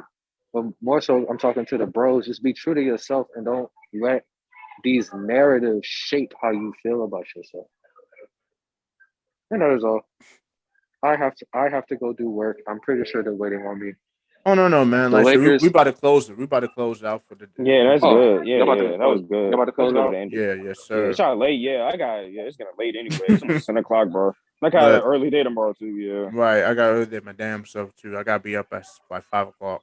But yeah. So it's been another week at 301 Outlet. This one was a good one. Dived into sports and we really got dive and really into the narrative of just a lot of stuff, man. And I love it. Shout out to all the supporters. Shout out to all the beautiful people in the world. We got some surprises coming for you for February. End of this month, we got the video gaming roundtable, which I'm personally looking forward to because a lot of That's stuff's been gonna be going good, on in the man. video gaming world that's, been stirring the pot a little bit. So it's gonna be great conversation. You guys just heard February roundtable. It's gonna be about culture. And it's gonna be Black History Month. Talk about perfect lining up with the shits, man. So be on the lookout for that. That will be announced probably by the beginning of next month. I'm gonna try to get a good date in, and we'll be Gucci. Like again, shout out to the supporters, and you guys have a wonderful, beautiful week.